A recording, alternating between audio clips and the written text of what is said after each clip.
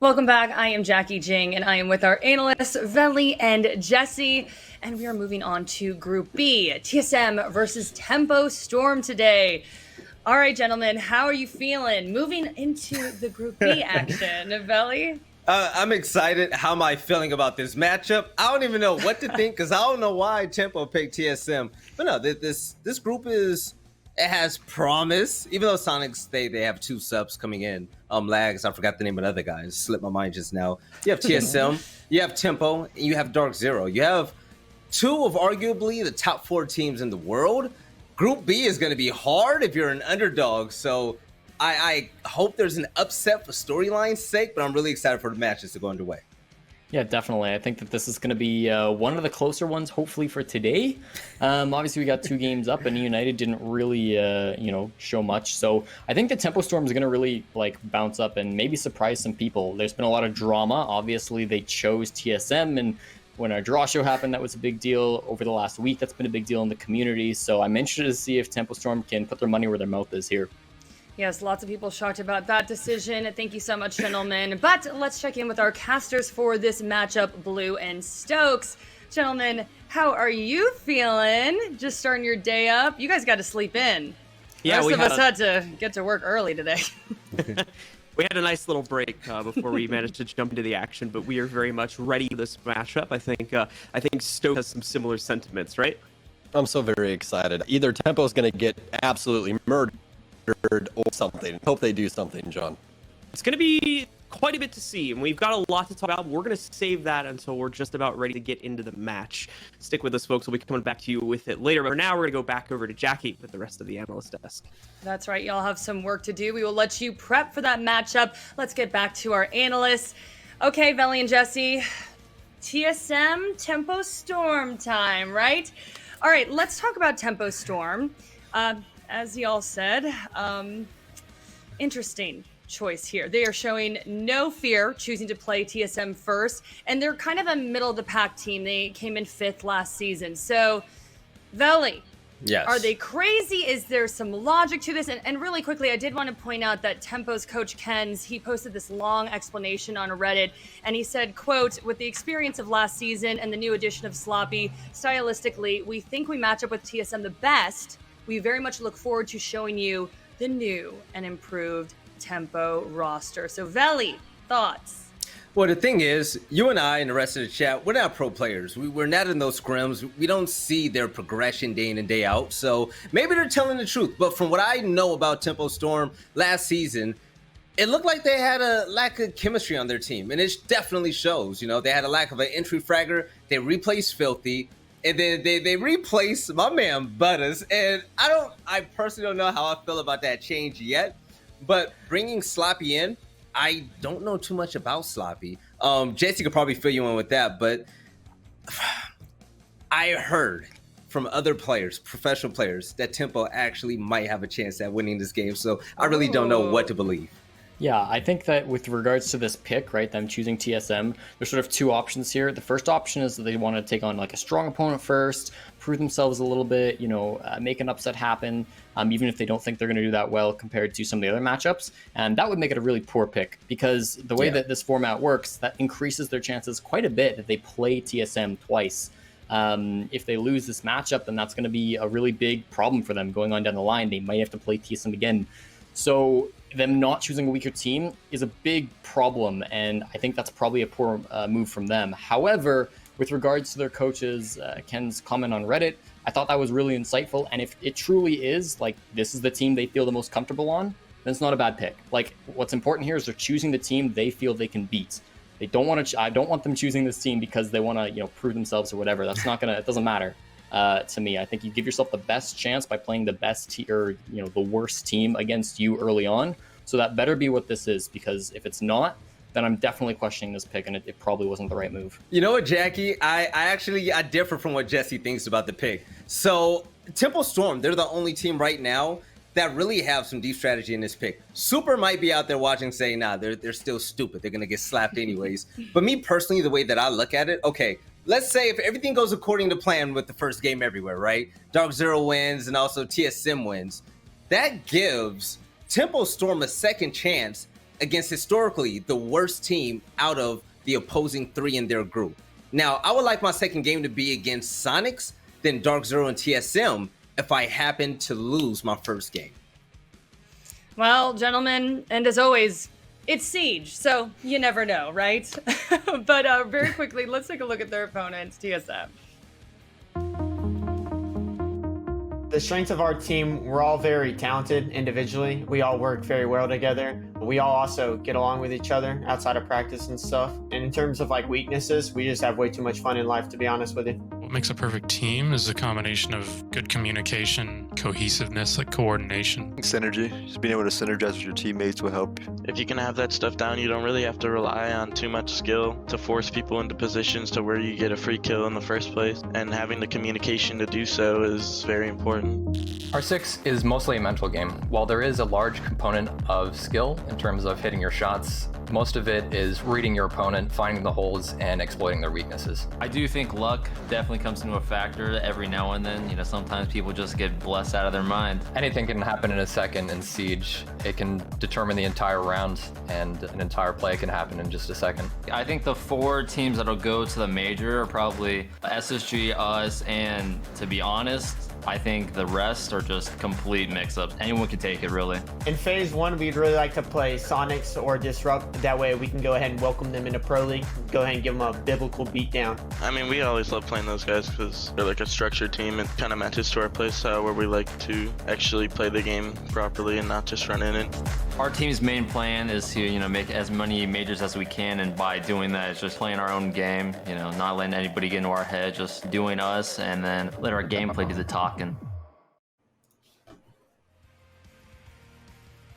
And that was a quick look at TSM, and this is just a well-tuned machine. All-star team, y'all. They finished second last season, third at Invite. Extremely talented, insanely good players. But Veli, this team does look a little different. Of course it looks different, Jackie. My man, I love Pojo, man. Pojo man's not here no more. He's coaching this team. Yeah. To be fair, Pojo man is a fantastic coach. Like his IQ in this game is fantastic. But my man is gone, so we're not going to see the Pojo clutches no more smoke. But they brought in my man Chala. Now, for those of you that haven't been living under a rock, y'all remember Chala from Space Station Gaming, right? He's back. He tore it up in CL. I believe he was on the top team, right, Jesse? Yeah, he was up there for sure. Yeah, definitely. So now he is back in tier 1 under TSM.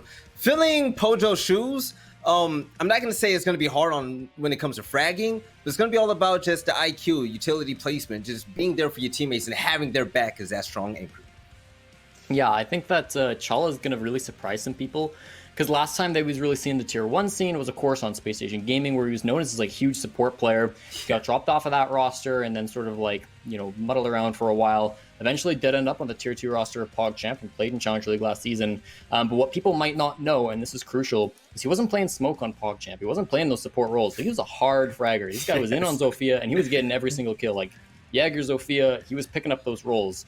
Coming onto a roster like TSM, I would probably guess he would go back to sort of his old roles where he was playing more of the support, because TSM doesn't really have a good support. Not that none of their players can play support, but they don't really have a player known for, supporting. So I assume Charles is going to kind of go back to his old ways, but don't be surprised if he starts flexing onto Zofia Jaeger once again. If he wants to really feel it like he did last season in Challenger League, then I think he could surprise some people on the roles he picks up and how well he does on those roles. This is a scary good team. I mean, we haven't even mentioned Merc, Bolo. I mean, Geo achieved this team. They're a monster. So let's get to predictions. What do you guys think? Veli? I'm feeling crazy right now. Okay. I'm feeling crazy. Okay. And I don't know why. It is stupid to go against TSM, but I'm feeling stupid.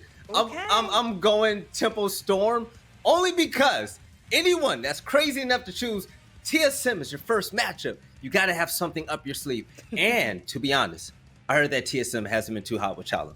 That might have been a lie, might have been a stupid rumor, might have been a hater, but I'm going with my gut feeling, man. I'm rooting for Tempo.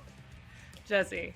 Okay, I mean, I feel like there might be some insight there. Maybe it is true that Tempo Storm feel really good against TSM, and they're going to surprise us all and win this. But I'm not going to put my money on that. My money's going to TSM. They're one of the best teams in the world for a reason. They got third of the Invitational. They destroy in North America. I don't see how Tempo Storm wins this matchup. Certainly, they don't take it on paper. Maybe game day is different. Maybe they'll shock us all. It's not out of the realm of possibility, but this should go solo mid, and that's where I'll go as well. I'm going to be so wrong. Probably, but... Valley, way to be devil's advocate, though, okay? Showing TS some love. Okay, all right. Well, gentlemen, thank you so much for your predictions. And everybody watching at home, do not forget to follow us on Twitter and on Instagram. Coming up, we have so much fun ahead. We have a community poll. We're going to be hearing from our casters, and, of course, TSM versus Tempo Storm. We'll be right back.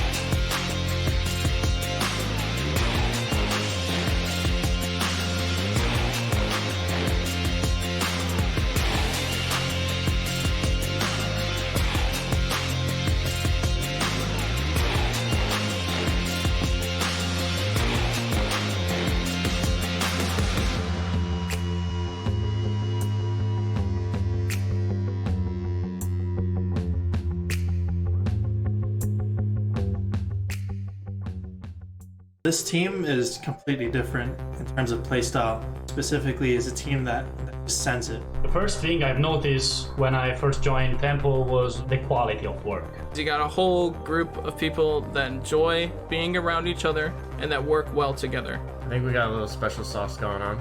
Our team's strength is that we swing on everything.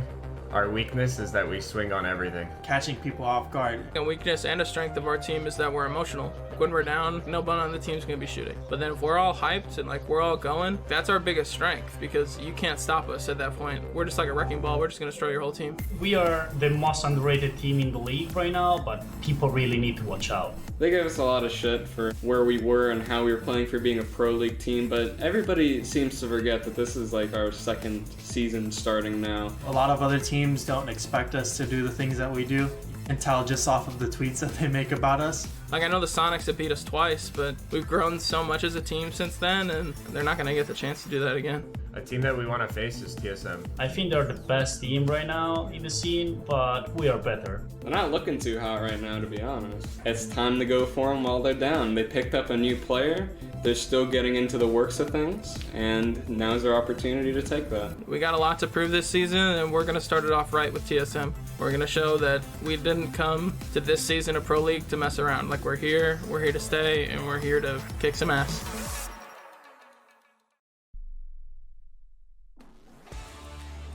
And welcome back, ladies and gentlemen, to the North American League for Rainbow Six. My name is Blue, And with me here is Stokes. We're getting ourselves ready to jump into the second and final matchup of the evening here for the North American League and get into Tempo Storm versus TSM. Stokes, got a pretty interesting matchup here, just with a reputation of both of these teams coming into the match. So what do you take of this? TSM versus Storm, I think, is either going to be an absolute blowout or it's going to be something that everyone's going to draw on. Both of these teams have went through roster changes, which are going to change up the style of play that they have, especially with Pojo going to a coach and Chala coming in for TSM. I want to see how they work that supporting role now, because TSM has so much roam game and so much aggression on their defensive halves that I think that this is either going to hinder them, or Chala is going to be playing that exact role that Pojo was playing to a T, and we'll see them with the same amount of success. Now, what do you make of the kind of rumors that we've had going around looming of this matchup? We've seen a tweet from one of the members of TSM saying that, like, if they play like they've been playing in scrims, this match is going to be a lot closer. I've personally heard the same things that Belly has heard from a couple other players, where they've been saying that there's a possibility that TSM maybe is not as strong as they were in their SI run, that they might have fallen off a little bit since the break. So what do you make of that, Stokes? For Tempo Storm, picking up Sloppy was a very good move. Played very, very well on MKers, and I think Tempo Storm overall has been a pretty good success story. I mean, they tried with their CL squad to work their way through Pro League, had a couple of dropped balls, they got rid of Filthy, and now they've gotten rid of Butters. I think this is their time to shine. All right, well, we're going to see on that. But before we get to that, we've got a fun little community vote for you guys. We want to know who you think makes the better use of the letters T, S, and M in their team names. So make sure to go ahead over to our community Twitter at R6esportsNA and make sure you give us your vote for that. We'll have the results and what you guys thought after the game. And with that said, it's time to move into the map vetoes for this matchup. And just like our last one, it's a best of 3. We get to go 3 full maps with all these teams. Stokes, where do you think we're going to be ending up at here? Well, I'm excited to see Clubhouse off the board. I can tell you that. I don't know exactly where we're going to end up, but I can tell you that Cafe was not the map Tempo wanted to go to. The last time they played against TSM on this map, it was a 7-0 in favor of TSM. But our first map is going to be Oregon. So we have the newest map to the pool first up on our docket here, John. And I think that we'll end up seeing another map come out here in just a moment. When you look at these teams overall, you've got a lot of, I think ultimately a lot of this map control is basically in TSM's control. It depends on what Tempo Storm, in my opinion, did do to their map pool coming out of it. And we can see their selection going onto the board now as they're going to go for Villa. Bit more of a middle of the road pick looking at this map in history context for them.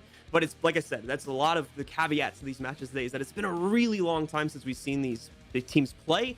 So a lot of these map stats and whatnot are going to be a little bit more up in the air, because it's very possible that the map pools for these teams have changed in the break. Yeah, and I think with Oregon being the new map, as you said, I feel like we haven't seen too much play on it from a truly competitive standpoint. We've seen it a little bit inside of our charity events that have been going on recently, and we actually saw it a little bit earlier on today inside of EU as well as NA. So I'm excited to cast my first Oregon game on the new Oregon with TSM and Tempo.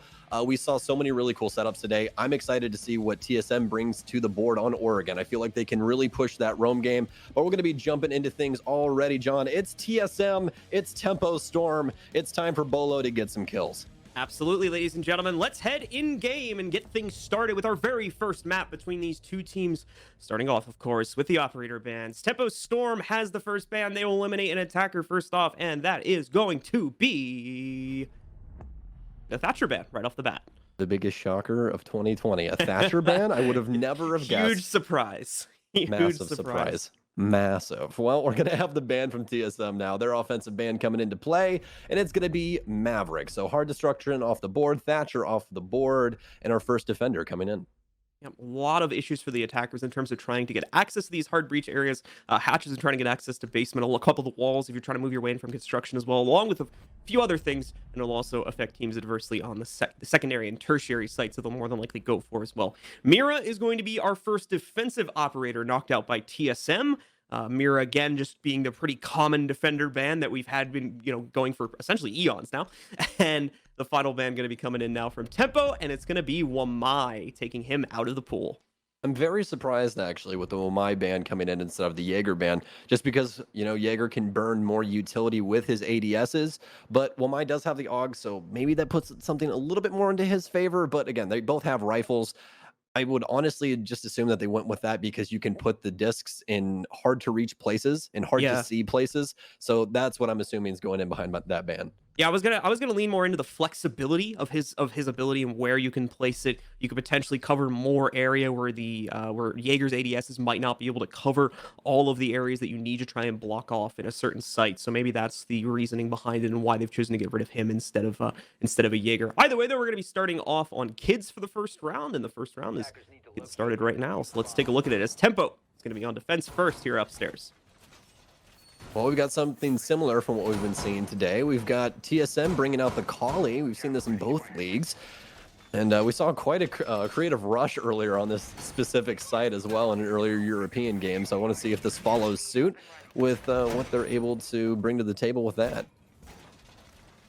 We'll see what's going to be brought up, but for now, all reinforcements being placed. A little bit of defensiveness going to be placed into the inside of meeting right there, so we'll more than likely see Tempo play out for some of it. Creator's, of course, going to work himself downstairs on the pulse. Will more than likely be sticking around here, at least for the early round, as he is going to go for a little bit of intel, but just trying to block off the tunnel access first before he does that. And he will head back upstairs to start playing into a better position for himself, as he'll be scanning out from T2, spotting the 3 players working their way out of spawn now. 4 players, excuse me, as TSM has just spawned their actual operators.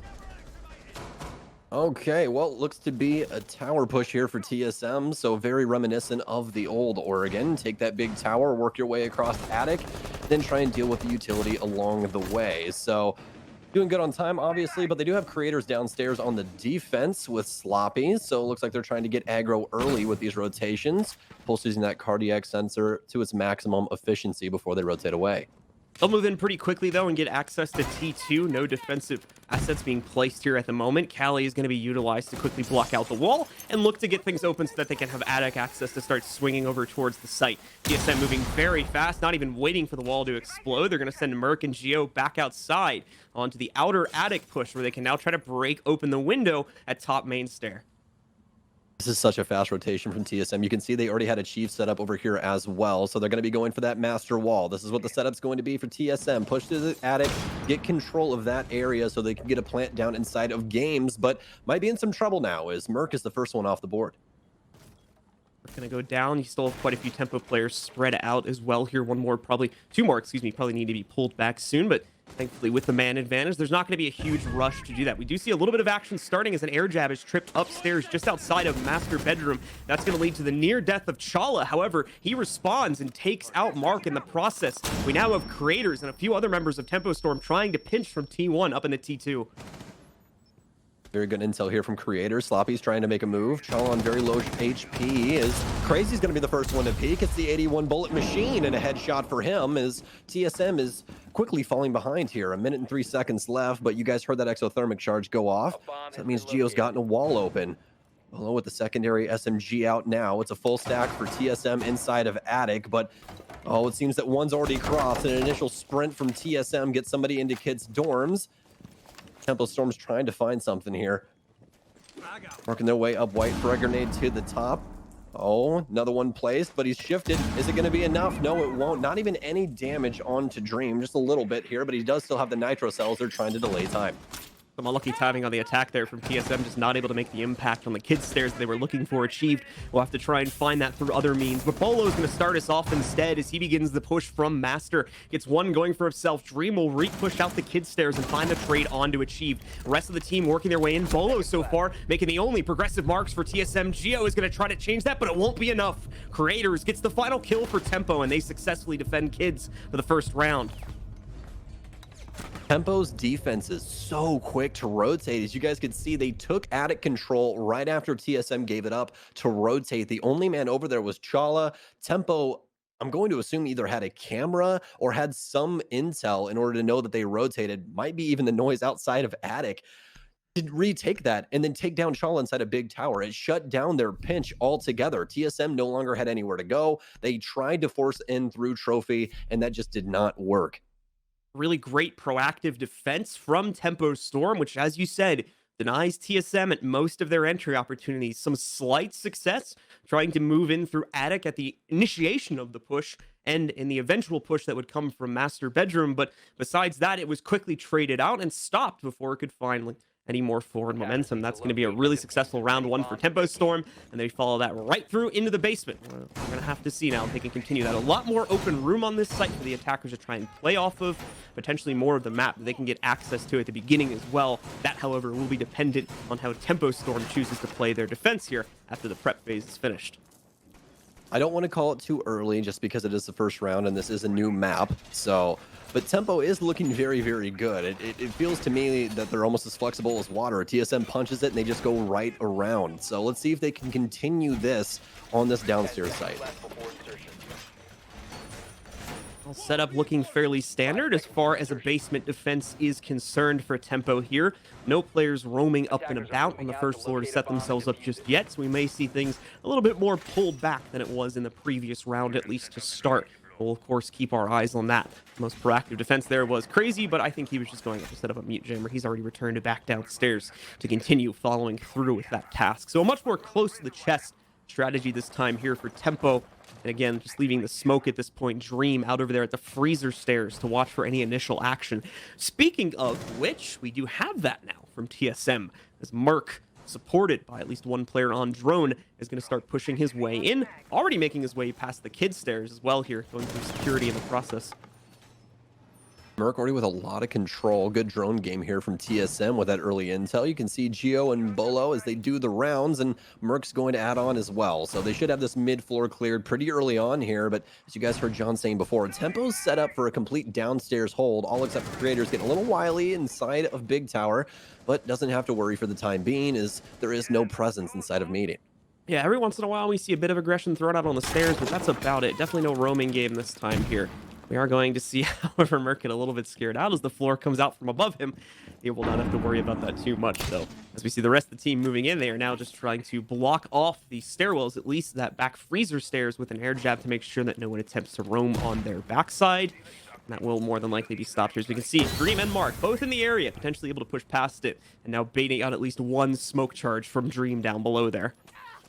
Still need to get this hatch open for Freezer, but the troublesome part is that they only have one hard destructor. So having Gio be the solo hard destructor here means they can only get a maximum of 2 hatches open, but they're expending a lot of utility. You guys can see Bolo's already out of those makeshift thatchers. I can't remember the name of them right now, but off of her sniper rifle in order to get rid of that electrical Kaid, the electro claw on the hatch.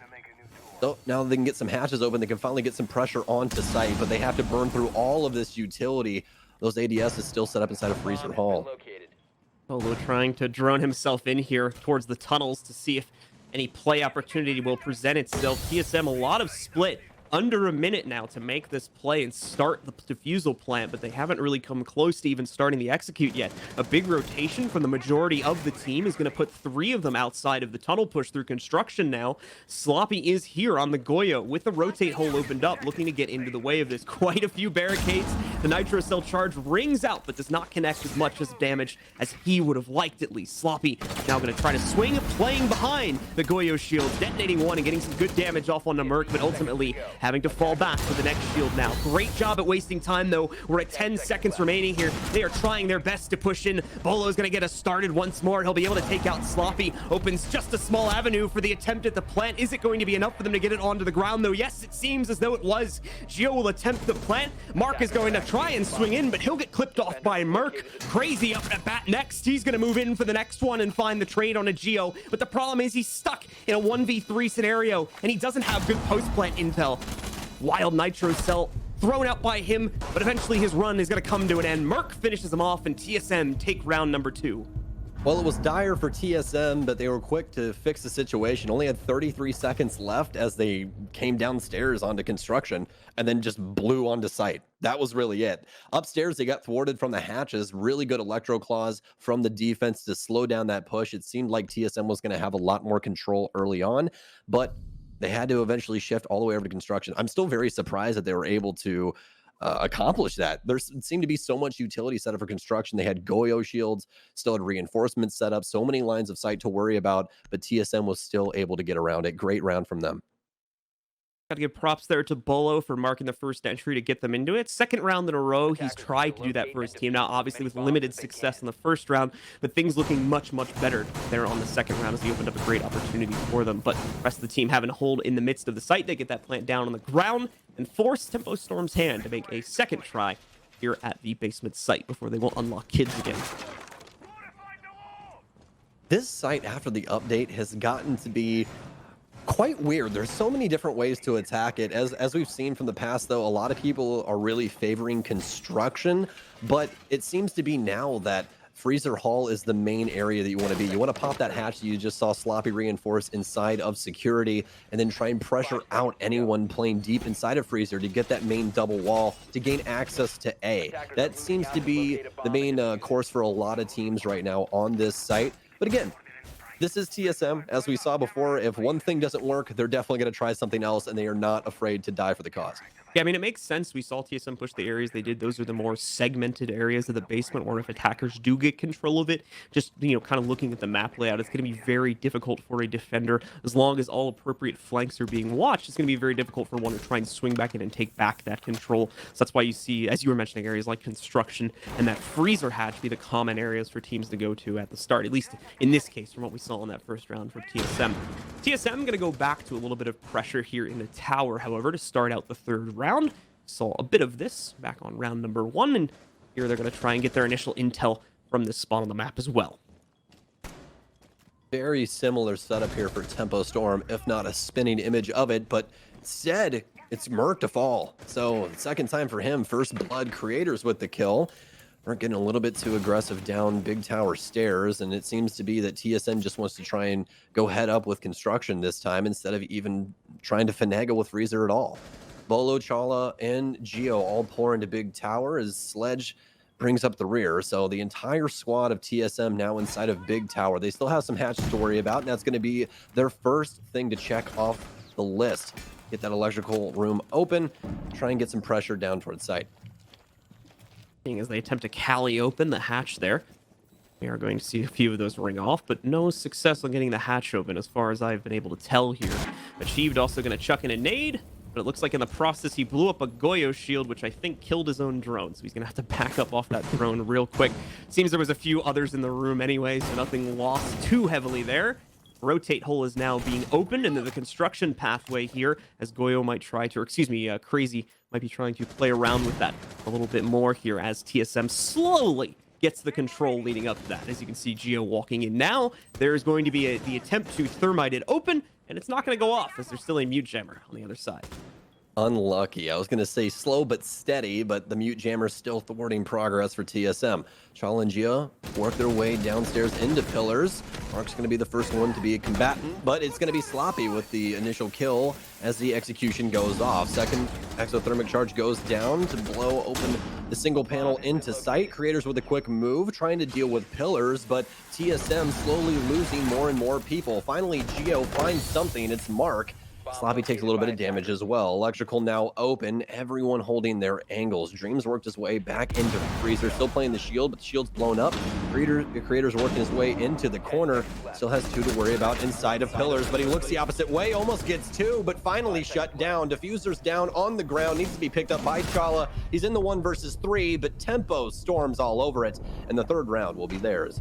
Tempo really fighting off any chance of a fight there until the very end of the round, truly trying to force TSM's hand, and it works out perfectly for them to claim that third round. As we move into round number 4 here, we are going to start to see the sites begin to unlock themselves again over the next few moments, but they're going to go to meeting hall and kitchen, or at least it seemed that way. Never mind, they're going back upstairs now that they have the option to go back into the kids' dorm. All right, well, full site rotation done. Back upstairs. We'll see if they can make lightning strike twice and see if they can keep that same tempo as well. How many storm jokes can we possibly make? I don't really know, but we'll probably find out by the time this best of 3 ends, John. We're going to 6-pick, though, away from the Kaid onto the Valkyrie. Valkyrie's such an influential operator, but Bolo's already shifted his gears as well. We're bringing the IQ into play. Hopefully we can get rid of a couple more electronics. We need to get rid of those bandits and those mutes, though, but it's going to be the mute this time around. Just for right now, TSM, even though that last offensive, or the second offensive round was a success, Tempo's just beating them with this utility game. And the prospects going into round number 4 are not necessarily looking too great either here when you consider the play that happened back in round 1. Tempo Storm did a great job of actively rotating their own defensive setup to counter the rotations the TSM was trying to do when they were being found out. First, they tried the T2 push, that got countered, tried to swing the pressure around a little bit to work their way back in from both the dorm stairs as well as the main front door stairs. None of that really had much success except for 1 to 2 entries that they found towards the end of the round. And they're starting this one here in round number 4 off the same exact way. They started round number 1 with a bit of aggression towards the tower. I like how Tempo is using creators more as a scout than anything with this pulse play. He doesn't have to peek anything, very safe behind these hard walls. Can use a nitro or a pre-fire to try and get an early kill. I like what they're doing, but he walks right into the trap. You guys saw the flash of Merc's skull bandana on Ash before he rips creators to shreds, and that's going to be the pulse off the board. Merc's still very aware that somebody else could be around. That's Sloppy on the Jaeger instead of Kitchen Hallway. That's one for the unfortunate events Twitter right there. We'll see Sloppy next up here. He is going to get droned out, though, so more than likely just bail from this fight and try to rotate if there's going to be an option. You can see Merc is waiting for the all clear to try and make the push, but maybe he is just going to pop open that stage wall as one was left soft.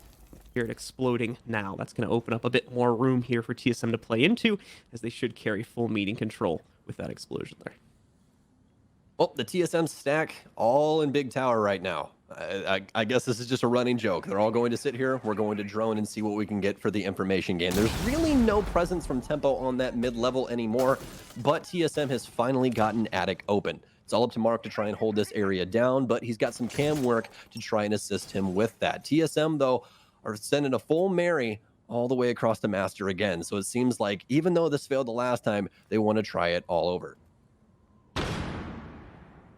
Well, all goes quiet for now. Just a lot of intel gathering for the most part by TSM and preparing for the actual push. As you can see them trying to drone around Master, and they're going to do it once again from Gio's perspective here. Bolo and Achieved had already completed that task, though. Bolo's just going to go right through and take walk-in control here. It is not going to be challenged by anyone on Tempo Storm, so why not? Now, the real question is, are they going to be able to either get that wall open or transfer this into an actual take? Because this is the same spot they got to back on round number 1 and then failed to actually enter into the site. So now looking to change that back up. You still just have Bolo here trying to take out a couple of the mute jammers before they finally commit themselves to the inside. Same task that the Ash accomplished, though. She wasn't actually breaking open a soft wall there. Now we're going to see it finally, though. Gio has his chance to open up the primary wall with the thermite, and that is going to give these attackers a lot to play off of. But again, they're under 30 seconds, so we have to wait for the actual push still to work its way in, and Tempo Storm has not really given away a lot of fights here. Not only that, but Sloppy's got a flank on Bolo. He can't really rejoin his team at this point until he takes care of this fight. A lot of time wasting from Tempo, and it's working out just beautifully for them. Achieve, though, with a great nade, starts off the push. We're going to see Sloppy trade that back and win the duel versus Bolo. Rest of the team nowhere near plan, I don't believe, although Gio's coming very close, but the diffuser's going to get dropped by him. Chala trades that back. It's a 1v2, but nobody can get on the diffuser in time, so Tempo Storm win it on the timer.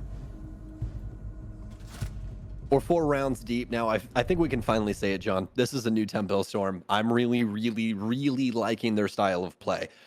Their amount of utility usage, their ability to rotate and delay, not taking those immediate gunfights, not face checking. These are all very important things when you're on defense. You have to delay that time in order to make it very difficult for TSM or any offensive squad to try and get that plant down. You want to make the time work for you, and that's exactly what Tempo Storm is doing. And it's honestly masterfully done. I've honestly never seen them do this in this fashion.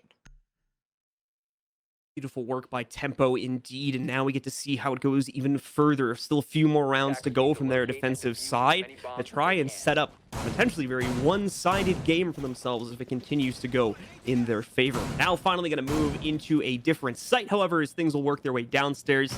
We'll take a look at the setup as they're going to go to kitchen and meeting, a site that normally we wouldn't see brought in too often here, but on the new map, starting to see teams experiment with it a little more. Also, Tempo Storm are out of options, so they obviously have to go for it. Yeah, they are kind of out of options. There is an adjustment that you can make because the kitchen site is actually a double site. So you can play kitchen meeting or you can play kitchen dining. So, which is that little room off to the left that has the door that goes to Small Tower, in case you guys haven't played the new Oregon just yet. But lots of reinforcements, lots of castle barricades, you guys can see. So a good setup here from Tempo. I like what they're doing with these castle barricades, actually. Isolating meeting room and forcing them to take it from the top. And that's exactly why you see Crazy and Sloppy up here. So they've got reinforcements spread completely throughout the entire map, trying to make it a little bit more difficult for them to get that meeting site. And that's going to be the difficult site to try and handle. Meeting is so large. There's so many different areas to plant. I honestly haven't even seen somebody attempt to attack it just yet. So I'm truly interested to see if TSM is just going to try and hit Kitchen or what the game plan is here.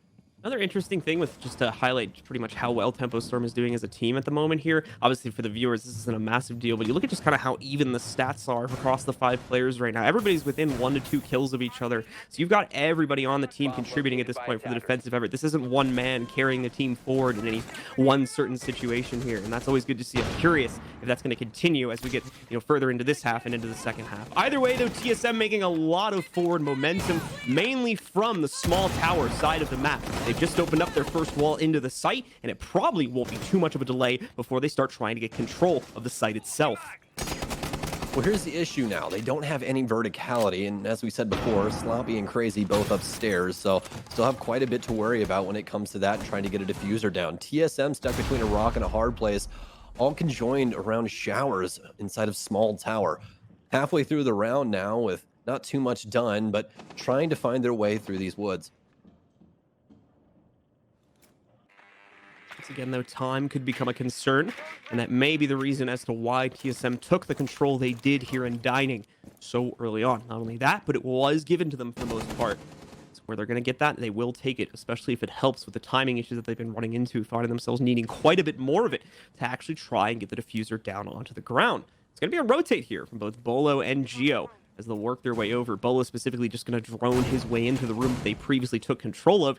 Geo and Achieved, however, looking for other entry options as they have their eyes on that hallway leading into meeting as a potential push point here. We've also got Crazy still in the way of that. They'll spot him through the drone.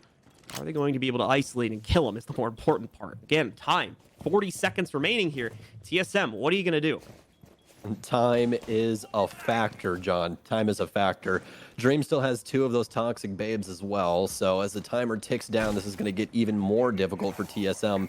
And you can see that they're practically dumbfounded. Finally, they get a meeting wall open, but again, all those people upstairs could come back to bite TSM. They have to try and figure out how to get a plant down here. Assuming they're going to try and put it down on stage, where are those angles that they have to worry about? Chala with the first kill, but Sloppy and Dream quick in succession to equal things out. Achieved finally bringing it back, but it's a kill fury.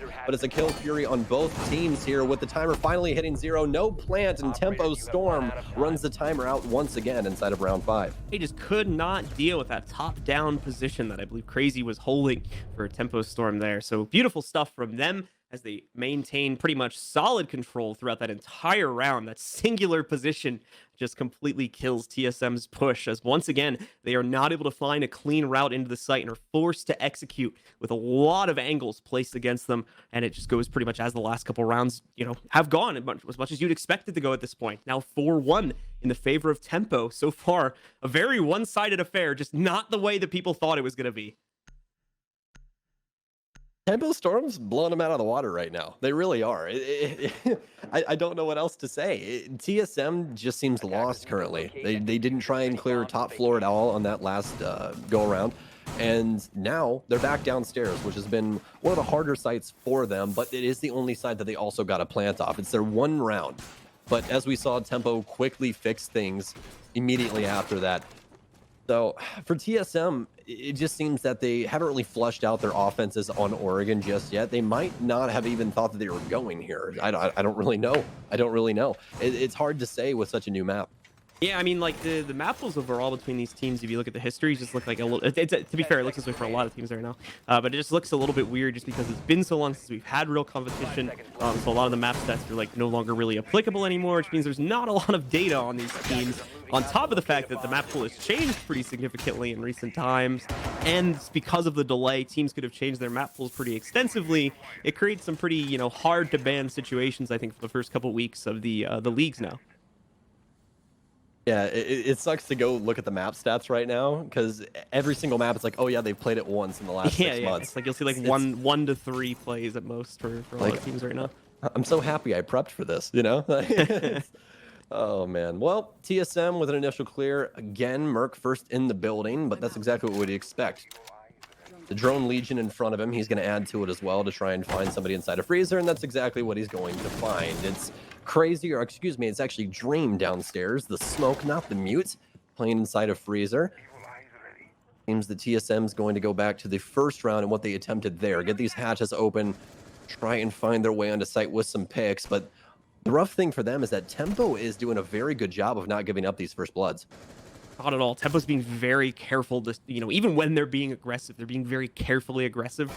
You had mentioned their pulse play when they had been using him on the kids rounds. That was a great example of it. Unfortunately, that player did get caught out, but that was only after repeating the same actions from a previous round. And obviously it being a much easier job for TSM to track that player down at that point. So besides that, Tempo Storm, like I said, doing a really good job. And there you go. There's them getting the first blood once again, as Creators is going to be able to strike from the tower stairs. He's going to fall back. So obviously we'll be able to regroup with his team and put them in a great position to follow this through. And man, I didn't even realize the angle on that one. Jeez. What a winger from Creators there. Great stuff. Seems like a punch hole to kill a punch hole. That's a way to deal with it. The counter to bullet holes is bullet holes. He's practicing for laxing later on. Yeah, I tweeted who's going to be the first one to try the next rat tactic out. Everyone added laxing, by the way. Oh my goodness. Well, Freezer now going off as they're trying to burn out all these ADS. His Creators also has a shield as well. I believe that's one of Sloppy's shields, so could have an explosive finish here, but Achieve should be the only one with grenades, and I think he's queuing one up right now, so let's see. And yes, it is winner. Going to be. But it was not a Goyo shield, so either way, he would have ended up dead there. Perfect throw by Achieve, but what else would you expect? Still have a mute down, though, and they're going to need Bolo to rotate over here to get rid of this mute jammer. Chala's actually going to catch somebody through the drone hole, I believe. Going to be a very, very nice kill from him. Good game sense from Chala. Yeah, caught his feet just through it, so nice find. Crazy will trade it back, though, and keep us in an even 3v3 for the time being. That's the team trying to push their way forward. Got players holding the angle. Mark specifically trying to hold this back, but it's actually Crazy striking next. Mark's actually going to get called over here to the other angle to try and assist with this, but he'll end up going down. It's Sloppy that's going to keep things even for his team. Chala will bring it back down to a 1v1, but he's got no time remaining, and Sloppy's going to kill him anyway. As he finishes things off from the Goyo, it's yet another round for Tempo Storm as they close the half out 5-1, I believe. Let's be honest. Did you sit down in your chair saying that Tempo Storm was going to 5-1 on their half on Oregon? I knew Tempo Storm had a chance in this game. I did not see the 5-1 first half coming their way. However, that I did not predict. That is certainly a surprise. And the crazier part is this is TSM's pick right here. They wanted to go to Oregon. They wanted to play on this map. So, well, John, they tell you when you go to a new school, right? You find the biggest bully on the yard, and that's who you go poke, right? And you start messing with that guy. Because if you're bigger than that guy, then obviously you're somebody not to be messed with. And I think that is the way that Tempo is looking at this, is if we beat TSM, everyone has to stop talking crap. You can't say anything to us. We're beat one of the top 5 teams in the entire world inside of a best of 3. And they're starting things off strong. I don't see it slowing down either. It seems that TSM has a slight disconnect inside of their intel game where they're not really making the rotations that they need to have on these offenses for at least Oregon. Again, we're going to get into map 2 here in a little while. It could be quicker than we expected. It could be a 7-1, but for right now, it seems that today, Oregon's defensive sided. Yeah, for sure. And some really great stuff from Tempo Storm in doing it. But now comes the test, of course, now that the sides have switched. Can Tempo Storm keep this kind of momentum up on their attacking end, or are they going to suffer from the same flaws that we just saw with TSM back in the last half? Well, thankfully, you guys are not going to have to wait very long for the answer to that question, as Tempo Storm is spawning right now. Attackers must locate and defuse a bomb.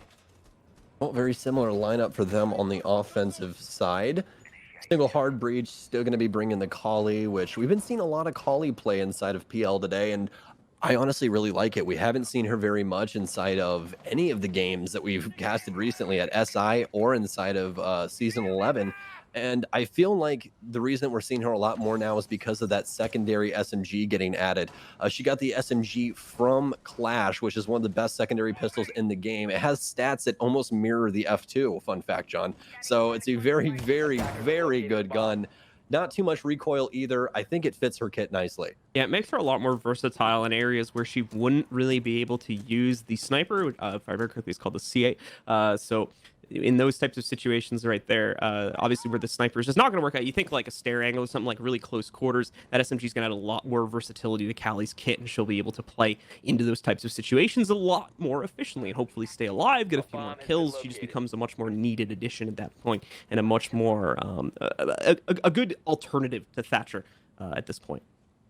Well, it's also a good day for the freshies, John, as Chala and Sloppy are both top fragging for their team. Chala doing it from a more flex support role as well, so 8-1 and 3 for him. And he's been showing us exactly why TSM picked him up. He deserves a pro league spot. He was so good on SSG when they had him, but he was just not the right piece for that puzzle. It seems like he's finding his spot here with TSM. They just need to get more rounds on the board. That KDA only matters if you're in the lead. CSRX 300 is the name of that gun. I was way off. I think I named Buck's gun. Is it a Honda? I'm just saying. What is that said. name? All right, so I work on getting my gun names back into the memory there. We'll continue to see how TSM are looking to defend this site. We are going to see the laundry hatch get popped open just now, just as we cross the 1 minute mark here for Tempo. And with that, they'll be able to start working this angle and hopefully be able to swing around into the laundry site itself. Chala's going to be on that tight corner, though. And you've got another member of TSM right on the other side in laundry storage. It's not going to be an easy push. Merc has also stopped the first attempt to push in. Achieved will do the same against Sloppy. A great hold at construction and a complete denial of the push from Tempo Storm. The Thatcher ban is what makes this so difficult to try and penetrate these sites. All of those ADS is up, so much utility to try and burn through, so difficult for Tempo Storm, and eating some of their own medicine right now as TSM has a flawless round on their first defensive round of the half. And TSM, just none of their crossfires being deteriorated at all on the actual entry from Tempo Storm leads to a very quick actual execute when it finally comes through. Tempo Storm are shut down without too much response, and that's going to start to put them a little bit closer in this matchup now. Maybe they can still swing a comeback here with the defensive side now under their control. Figure all that out, as it's looking like TSM going to swing upstairs next, following pretty much the same path that we saw from Tempo, just opting to go for the basement first instead of going for kids, and now they'll swing up there as that secondary site choice. A very similar 6 pick coming in, the exact same 6 pick actually we saw from Tempo Storm on this exact same site earlier. So Valkyrie going to be in play instead of the Kaid. Feel like they have enough wall denial with those mute jammers.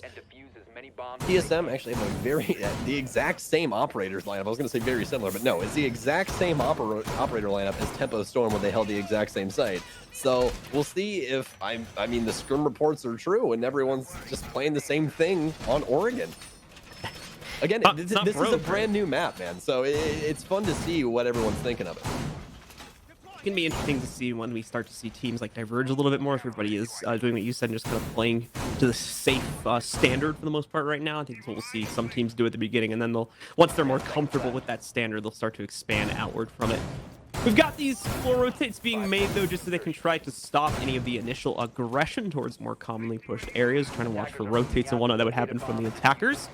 And at the same time allows them, I think, to support Geo just a tad here, too, if he's able to bait players into his nest there from security.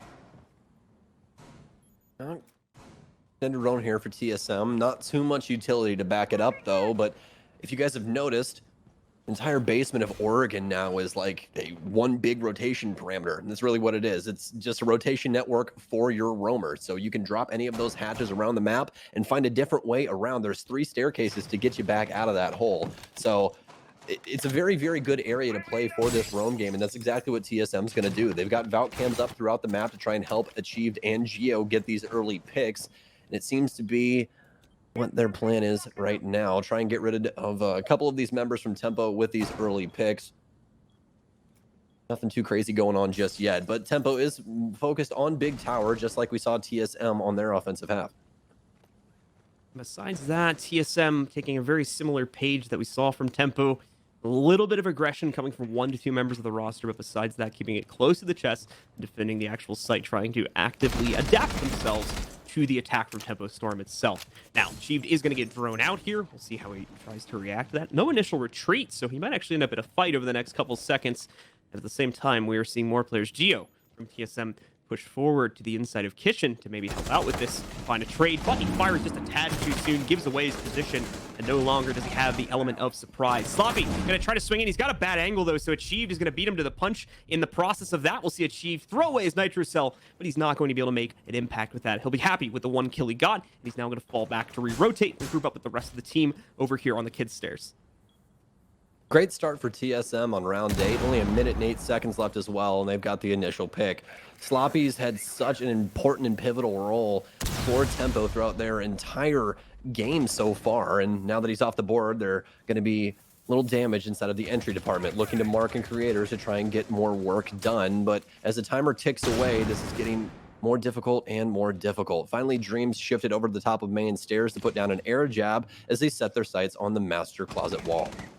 40 seconds remain for Tempo Storm to attempt the plant. Starting to make some forward progress, though. Dream nearly over, peaking in the duel. Doesn't even realize he ends up taking against the player in the backside. Shala, in the meantime, launching players out against him. Finds a first pickup, nearly self-blinds himself on the trade there, but is able to get it together. Bolo picks up the next 2, and that's going to close out on the round. 2 flawless ones in a row from TSM. This might be a very quick comeback if things don't change soon for Tempo. I'm telling you, that Thatcher ban is something else right now. Very difficult to try and get into sight and eliminate all of that utility. And again, that's something that, well, previously really wasn't paying attention to with TSM being on offense. I just assumed it's TSM, they'll get it done, they'll find a way.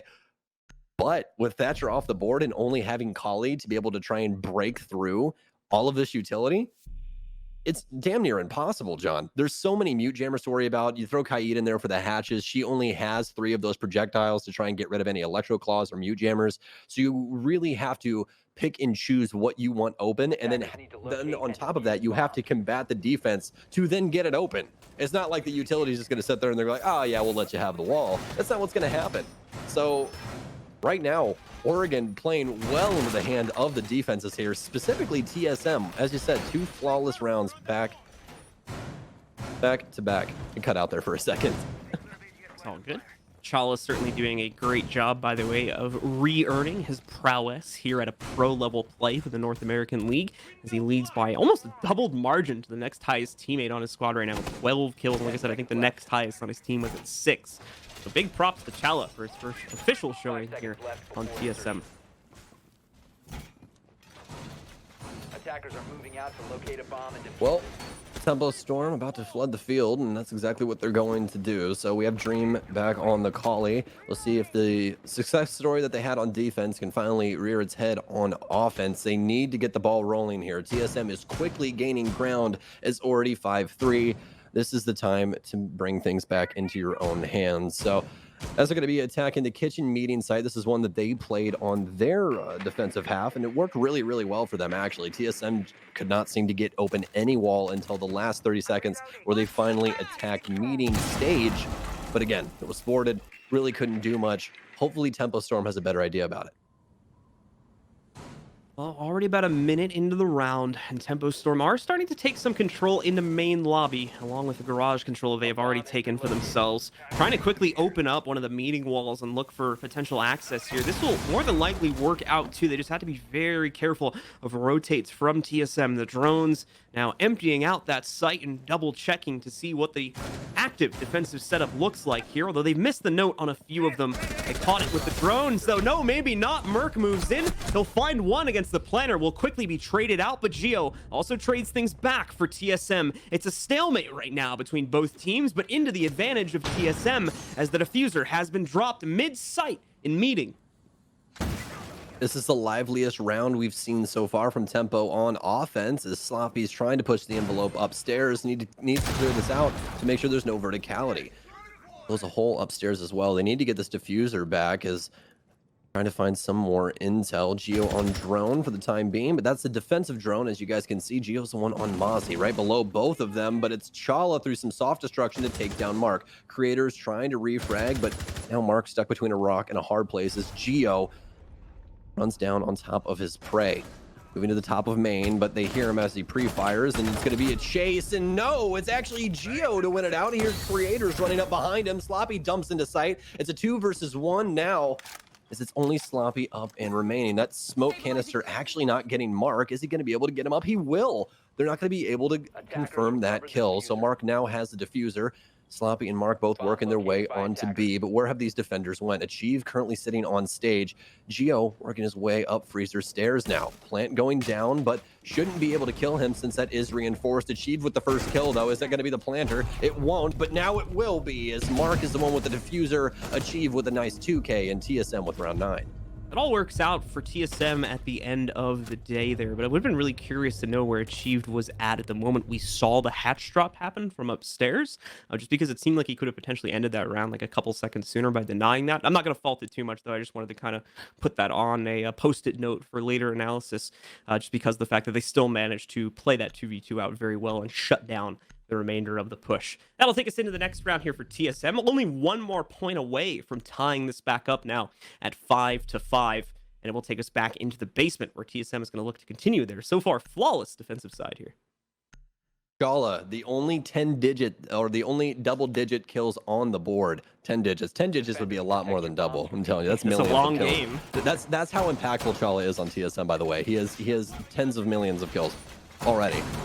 That's it. That's all I needed. So, well, we have Chala back on the smoke game downstairs, and we've seen him already have quite a success story with this thus far. So, I'm going to assume that this is not going to slow down at all. Seem to have a little bit of a different setup for Freezer here. Just going to try and have an extended line of sight from A. I want to see if they're going to put shields inside of the construction hallway here for Merc once again. Last time he made a lot of good work off of that shield. Was able to shut down the construction take from Tempo as they were trying to grasp for straws at the very end of that round. Attackers must locate and defuse a bomb. Take a look at that setup in a moment here. Besides that, though, the actual reinforcements being pretty straightforward for TSM. Just the one wall on the construction side entry, that they can play into that a bit more aggressively. Same time, you've got Achieved already trying to ring off a few shots here. Not sure if he realizes how quickly Tempo's looking to take control of Big Tower. He's going to have to run back downstairs and give that up. Just a little too hot too early for him, so he'll bail out and let Tempo take that control. Well, Big Tower take for Tempo once again. Starting things off like they have so many times, but no pulse for TSM like we saw with Tempo. Trying to get that early intel. Instead, they'll have Chala playing on the back stairs. That smoke can delay for a very long time with those toxic babes. They actually have a double line of sight here as they also have Merc staring at the back tower stairs as well. And that is not an area that you want to take a gunfight. It is very, very difficult to win anything on that back staircase. There's only very, very subtle angles that you can try and grab, and usually it's into the defensive hand since you have to expose yourself, throwing yourself around that handrail that goes up the staircase. So Tempo Storm now in control of meeting. They need to get some hatches open, so that's going to be Dream and Crazy to try and do that. First one of Dream's shots down to try and get rid of that Kaij. Not going to work out for him just yet. Second one will. They needed that IQ in there first to figure out where it was, and that's going to be the electric room hatch open. That's the other complexity that we didn't bring up too. To try to use these Callies, you have to make sure that they're in the correct spot. If there's a trickier electro claw, as we just saw the first one go off unsuccessfully there. So that's another level of difficulty that's brought into this, and that's where the near requirements in some circumstances where an IQ comes into play, and why this map might be so intense for the attacking side. Tempo Storm, though, approaching the 1-minute marker on the round timer here. We'll need to start sending some aggression in soon. You can see they're very well aware of the position here from Chala, but have not been able to justify a swing against him just yet. You've got Mark on the angle, ready to push, but he's going to be blocked off. Thankfully, the players that are pushing their way in from the hatch have much more success with being able to isolate him out. Chala goes down. They can push back into construction now and try to take out the player holding the side hall.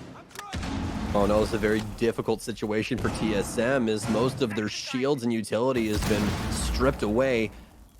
With a nitro cell in hand, trying to assist on B, but it sails into an electrical room, and falls on deaf ears. Tempo Storm has to try and get the ball rolling now. 24 seconds remain. Crazy has a diffuser in hand. Dream drops down now into pillar as we have the entire squad practically poised to try and take freezer hallway. Another nitro cell pours out, but Merc's gonna tack on as well. Sloppy and Crazy fall. Merc once again, the 81 bullets ring true, but Creators finally finds an initial frag, but not before Merc finds his third, and TSM cleans up the rest of the Tempo squad for round 10.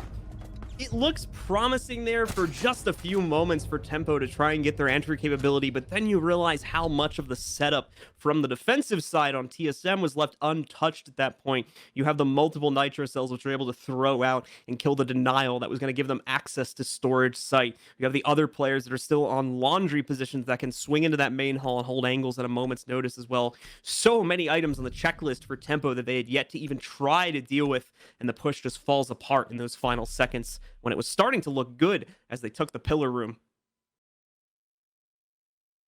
Amazing showing of what TSM is capable of and their understanding of the game. As you saw that round break down, TSM slowly moved backwards as their utilities started to be stripped away from them and gave Tempo more and more map control, but it seemed like the man with the dollar on the fishing pole as you almost got it. Oh, you almost did. But TSM just better when it came down to it. We're able to find all of the lines of sight that they needed to shut down those initial pushes from Tempo actually onto site. And the star player of the round being Merc with that Alda, I mean, just chopped down 3 men. What else could you exactly need from him? And just like that, ladies and gentlemen, the game is tied now at 5 rounds to each team. The advantage the Tempo had built up from halftime at 5-1 is now gone. It's been 4 consecutive rounds in a row for TSM. They are about to pass the record from Tempo to make that 5 and take the lead in the process. They can make it 6. It's a complete sweep for them. Attackers must locate and defuse a bomb. So far, so good for both teams on defense. Haven't seen much happen on offense, all except for one offensive round, John. We've had one offensive win this entire time, and it was the plant that TSM had on Basement in the second round of the game. We're all the way on round 11. We're almost 10 rounds past that, and no matter what, we are going to be 10 rounds past that. So to see a map go so heavily into the defensive favor, you can definitely tell that that Thatcher ban is having a very large impact. Huge impact on both sides' attackers' capability just to get access to the common areas they need in order to start and execute. You've seen how awkward some of these pushes have been, and it's in large part because hard breaches haven't been successful. They've been denied either through misposition, Cali utility, or other things that led to instability and being able to take out those walls as a result, as you were saying before, of the Thatcher ban. Well, Tempo Storm now working their way towards site. Going for the mid-level first here. Creators and Sloppy inside of Dining, or from Tower right now. Nope, Tower. I don't know, excuse me, Dining actually, as the drones begin to spin around inside of Kitchen as well as White Hallway. So need some intel on this mid-floor to see if they do have any roamers, but for the time being, it seems that TSM is prepped and waiting on site, but that's a huge pick for Mark as Merc peeks incorrectly into the double window and has his head torn off. So now there's no longer an Alda to saw through half of your team once you try and execute. So far, we've seen a very few times that the attackers have been able to leverage just the first blood, the first kill, let alone take rounds, as we were just discussing a few moments ago. We've got Geo still looking to cause problems, though, in that main lobby push, or excuse me, that freezer push they were trying to get past and get themselves over upstairs here now through the kids' steps themselves. Sloppy, in fact, is going to push it out. The rest of the team is ready to move out through big window, but they're not ready to take the fight. It's 4 consecutive kills from TSM.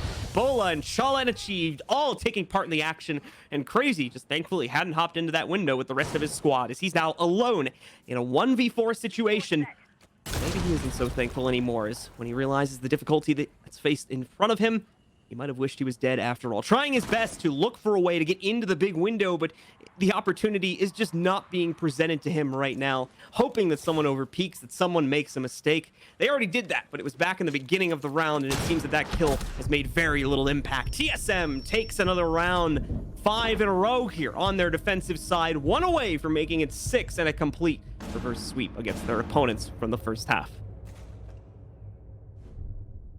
Well, I'll admit when I'm wrong. And I was clearly wrong. Your team can still be sawed in half, even though there's not an ALDA on the field. It just has to be done with smoke utility and SMG-11. So what a round from TSM to shut down that take. That flood from Tempo could have proven to be very potent, but in the end, it was all TSM all the way. And again, amazing utility usage from Chala. It's great to see him back and being so successful inside of these rounds. It's not the fact that he's just there either. He's not just another piece of the puzzle. He is a standout player right now. 14, 3, and 5, John. That is truly incredible. Huge impact from him.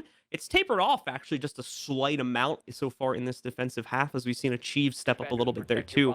But even looking back in the beginning of this half, his impact was definitely one to note and has been at the front and center for this team so far in this matchup. Like I said, we had a Bolo also stepping up a little bit earlier on as he was finding the entry kills that were very much needed for the team on those more unsuccessful rounds, including one that they eventually won, so far the only attacking round that's gone into an attacker's favor. Well, we're back to the kitchen meeting split. Last time we saw TSM go here, they obviously won because they haven't lost a single defensive round just yet. But she's back on that Valkyrie as well, so look out for this roam game, and that's exactly what they're going to have to do, because on this site you have to hold the upstairs. Already broken this one down, but it seems that TSM has a little bit of a different idea about it. They actually have a rotation hole upstairs inside of Attic, and they're going to have Merc play T3. They also have an ADS upstairs as well as in that mid floor inside of Big Tower. So this is all for Merc, or excuse me, a member of TSM to try and hold down. So I like how they're trying to delay the initial push here from Tempo. They're assuming that they're going to take Big Tower because they've tried to take it this entire map, and now they're trying to slow them down.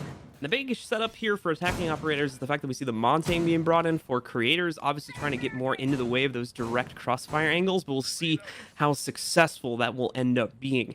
As at the moment, creators with that Montaigne is going to group up with 3 other of his teammates and try to go for small tower control to start pushing towards the site. Well, you do have creators on that Monty, as you were saying, and Sloppy going to be following in tandem, so we'll see if we can get some good Ash Monty play going on. Try and juggle peek off of that Monty. Creators be manning that, so going to be the intel game here as they're trying to push directly onto B as a 2-man unit. Creator's already working his way in, and there's no utility to really stop him except for Chala if he wants to try and smoke him off. There's no lesions in play, no traps at all, so this is all fair play for the Monty. Creator's being very cautious about the angles he takes when he pushes in here, just because he doesn't want to over peek even the slightest amount that would give away his head or another crucial body part to an enemy. And see some of these very close cut angles that TSM are trying to hold for themselves here. And Tempo are very much aware of the fact that TSM are doing that because they themselves did the same exact thing and their hand was forced onto this site back in the last half. Not a whole lot of forward progress, unfortunately, being made though by Tempo Storm, as both their Monty and their players that are trying to push upstairs are stuck. That's going to change now though. Mark finds a very nice frag grenade lineup against Geo and is able to delete him before he can find the appropriate impact. This opens up actually nothing, unfortunately, for creators to push into, as he just ends up walking into a crossfire. Bolo, the one to find the ultimate kill against him from upstairs here. Once again, it's that lack of vertical control that's killing the attacking team, although they are trading it and have kept it even, now at a 3v3 with Mark's most recent kill. Still plenty of time on the board, still have hard destruction as well. That's extremely important. They need to try and get some lines of sight established so they can get this diffuser down. They have upstairs control now in the hands of Dream. He's going to have to be very successful, otherwise this is going TSM's way. They've already had Chala rotate into kitchen. They need this verticality to pay off, but it's Chala that gets it paid back in spades, but the exothermic charge will still go off. 2 versus 3 is going to be dropping to sight, but Chala picks up another one. Can he go for 3 with the M590? Pojo, man! Oh my, no, it's going to be achieved. I was going to say Poj, always telling everybody to trust that M590. Almost went for 3, but instead he just scatters a couple of that buckshot into his body as Achieved cleans up that last round, and it's going to be 7-5 victory for TSM with 6 rounds in a row. Yeah, only 1 round coming off of their attacking side, but they do a fantastic job of swinging it back on the defense. Not a single round dropped, and they end it 7-5. That will close out our first match, ladies and gentlemen. Stick with us as map number 2 is coming up right after this break.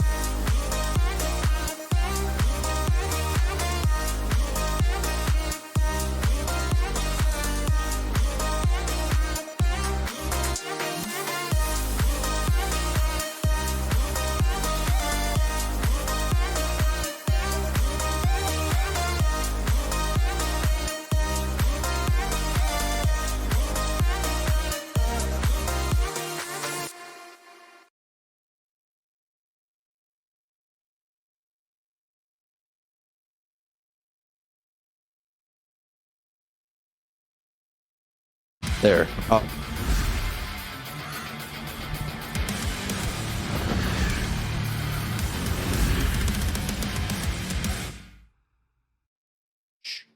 Cool. Jing, and I'm with our analysts, Veli and Jesse. Woo! What a ride there, fellas. Okay, TSM versus Tempo Storm, Map 1 Oregon. Final score, 7-5.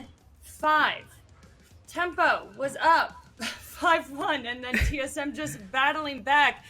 Veli, during our predictions, you said something about TSM. Shut up, Jackie. Listen, Jackie, you said it was a ride. It was a dumpster ride and a dumpster fire.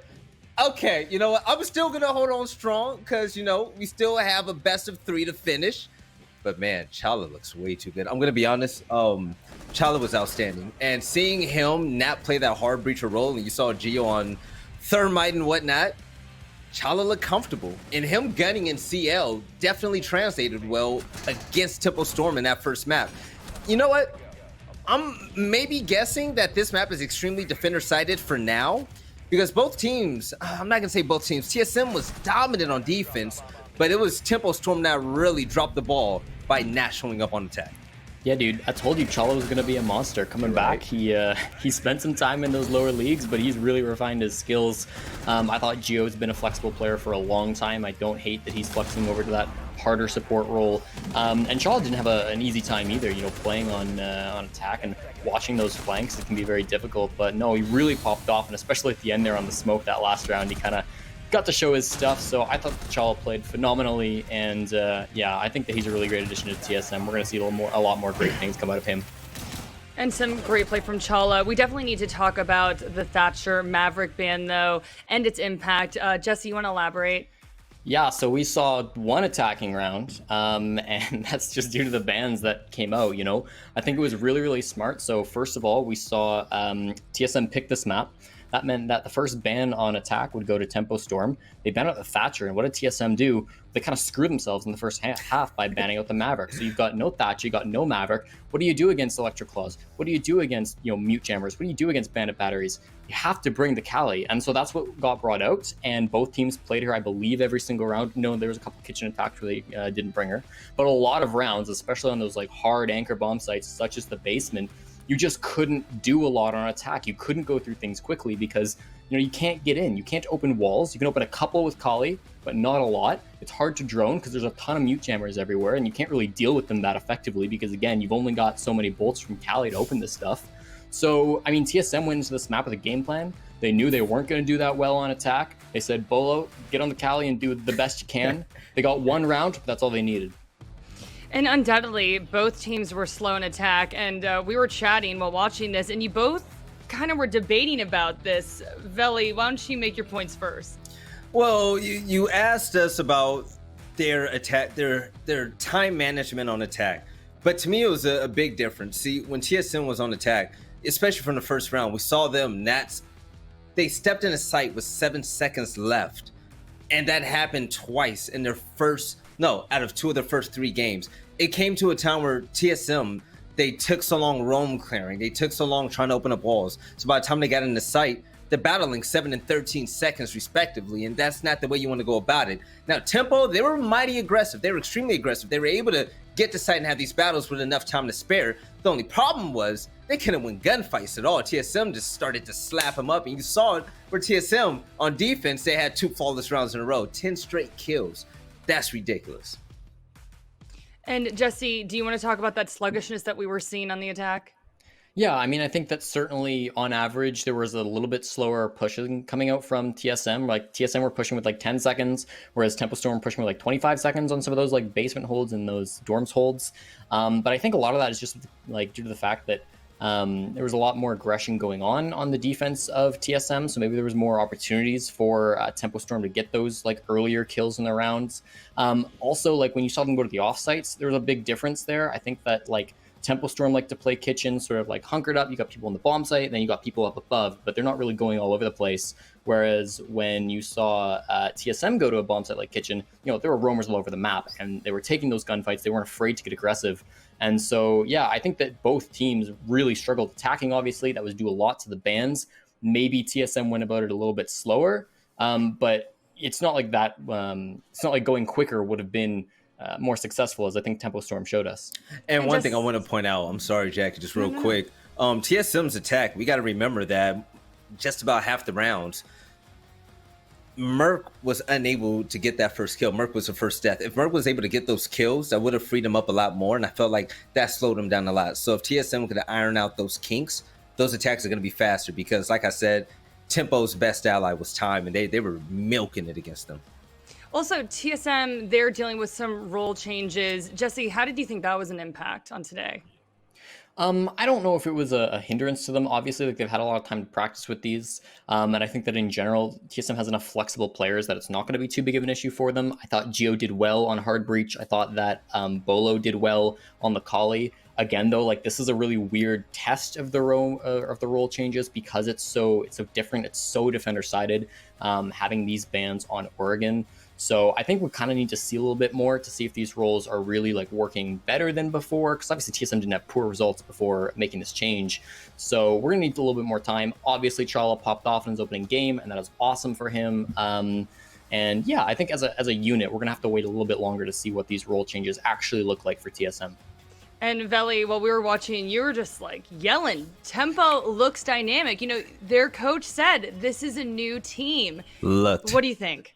They looked dynamic. Okay. They looked good at first. The moment they got on attack, I mean, they sucked. I mean, I'm going to be honest, they were trash. And so I expected way more. So the real winner of this game was whoever did better on attack. And that was TSM outright, man. Tempo looked dynamic, but then the more and more I watched and learned and saw the different habits, it was just, they took advantage of that defensive side. I'm not going to take away those rounds from them. But when you guys are that lackluster on attack, it starts to raise a lot of questions. You know, was defense really a crutch in that matchup? Now, and if they can't fix that next map, that's going to be, they can't fall 0-2 against TSM. Choosing them first, you got to make this a close battle, period. So sorry, continue. No, I was just going to say, I think like building off of that, like, yeah, this map really came down to who won the sole attacking round, which was TSM. But if you look back to that, way back in, what was it, round 2, it was pretty frantic. That was pretty like, you know what, let's change things up. Let's get down there and win some gunfights. And they won those gunfights, but like that very easily could have gone Tempo Storm as well. So that's a hairline victory coming out for TSM. And our producer just told me that our statistics are actually in. So we're going to see if we can bring that graphic up here. And hopefully we can take a look at these numbers and provide some more analysis on that. But again, we were talking about Chala, a huge standout for TSM. And it looks like we do have it up on the bottom. 16 kills, a rating of 1.57. Tell me, guys, what's sticking out here to you? Chala is just a god. Chala, yeah, right? I mean, what do you want to point kills. out? Ray Charles could see that. Yeah. I mean, Chala obviously popped off. There's not a lot less to say about that. He really had a great game. I think Sloppy's interesting as well, coming out for Tempo Storm. Obviously, he's the other like new player in this game, so a lot of the new blood is shining through on Oregon. And I think Sloppy coming in, like, again, is kind of a question of like, he's going to do well if you put him on his roles, but how is the rest of the team going to build around him? I thought Dream moving back over to more of a support-ish role, like a support flex, was interesting. I thought he did fine. But again, it's hard to judge role changes on that map just due to the bans and due to the map. So I don't know. Again, I'm interested to see. Probably Sloppy will continue to perform if they keep him on Ash. But I'm interested to see if Dream and the rest of the squad will keep up the performance as well. Oh, wait 1 second. Achieved had a 92% headshot rating. 92%. That's pretty nuts. That's insane. All right, gentlemen. Well, we have our community poll results in, and we had a interesting question. Who has the better use of the letters T, S, and M? And TSM won with 85%. Tempo Storm losing with 15%. Well done. Thrilling it's not question dumb. There. All right. Okay, guys. So let's look forward a little bit here. Obviously interesting to see them playing on Oregon, and maybe you guys want to point some things out there. But now we are moving on to Villa. Jesse, why don't we start with you? Yeah, so Villa's obviously a big map. It can be defender-sided. We've seen that a lot in the past. Typically, you're going to have to go through a lot of it to get anywhere. I think recently in the meta, we've seen a lot more like experimentation going on with the bottom floor. I think Kitchen's being like more looked at by teams than it was when the map first came out, where everybody was just sort of up top. And people are still very much like defending up top, right? But I will be interested to see if we see any kitchen and dining holds, particularly if we see any living room holds. Like, that could be really, really fun. But yeah, this map's meta keeps evolving. Obviously, with Goyo being nerfed a little bit, Goyo was pretty big on Villa, so that'll be interesting to see if he sticks around in the meta or if he goes away. You could make the argument that this is probably going to favor TSM a little bit less, because this map, you can't really just jump in and frag off it. You can be a little bit more methodical, a little bit slower, so that could favor Tempo Storm a little bit. But especially with such a long break, it's going to be really up in the air going into it. I'm personally excited about seeing how the new ops play here. Oryx, Iona, Cali, everybody else involved. If we see one of those operators here, I want to see how they're going to be used. Is Cali going to be used to really take advantage of opening up other walls that we're not used to seeing done in professional games? I mean, we're all going to see next. Belly, Jesse, thank you so much for your final thoughts there. And whew, map 2 coming up next. We'll be right back.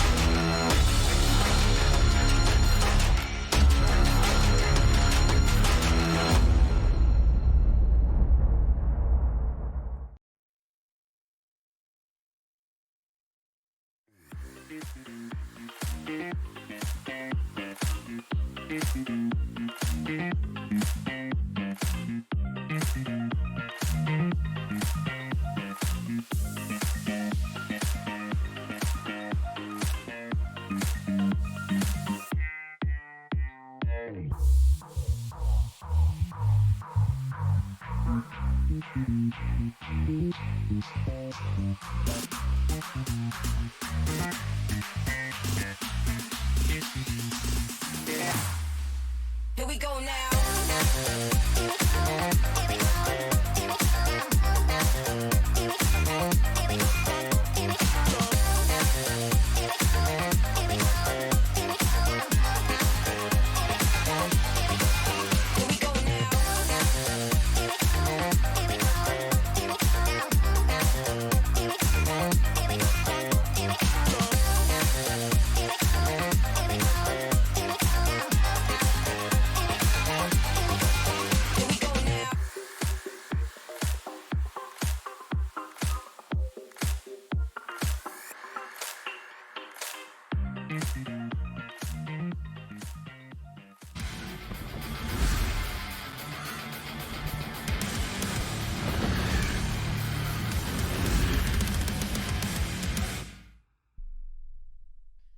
Welcome back once again, ladies and gentlemen, to the North American League. We're getting ready to head into our second map of our second matchup of the evening, with TSM taking on Tempo Storm. We just saw TSM run a great comeback after starting off a little bit rough, of course, on the first side of attacking Oregon. Now they're going to get their chance to move over to Villa, which is their opponent's map pick, and we'll get to see how well they fare here. And more importantly, whether they can close this out in a 2-0 fashion, or if Tempo still has a fight left in them to bring this back onto a third and final map. Stokes, what do you make of this one? Are we going to see the series end here, or will we go on to a map number 3?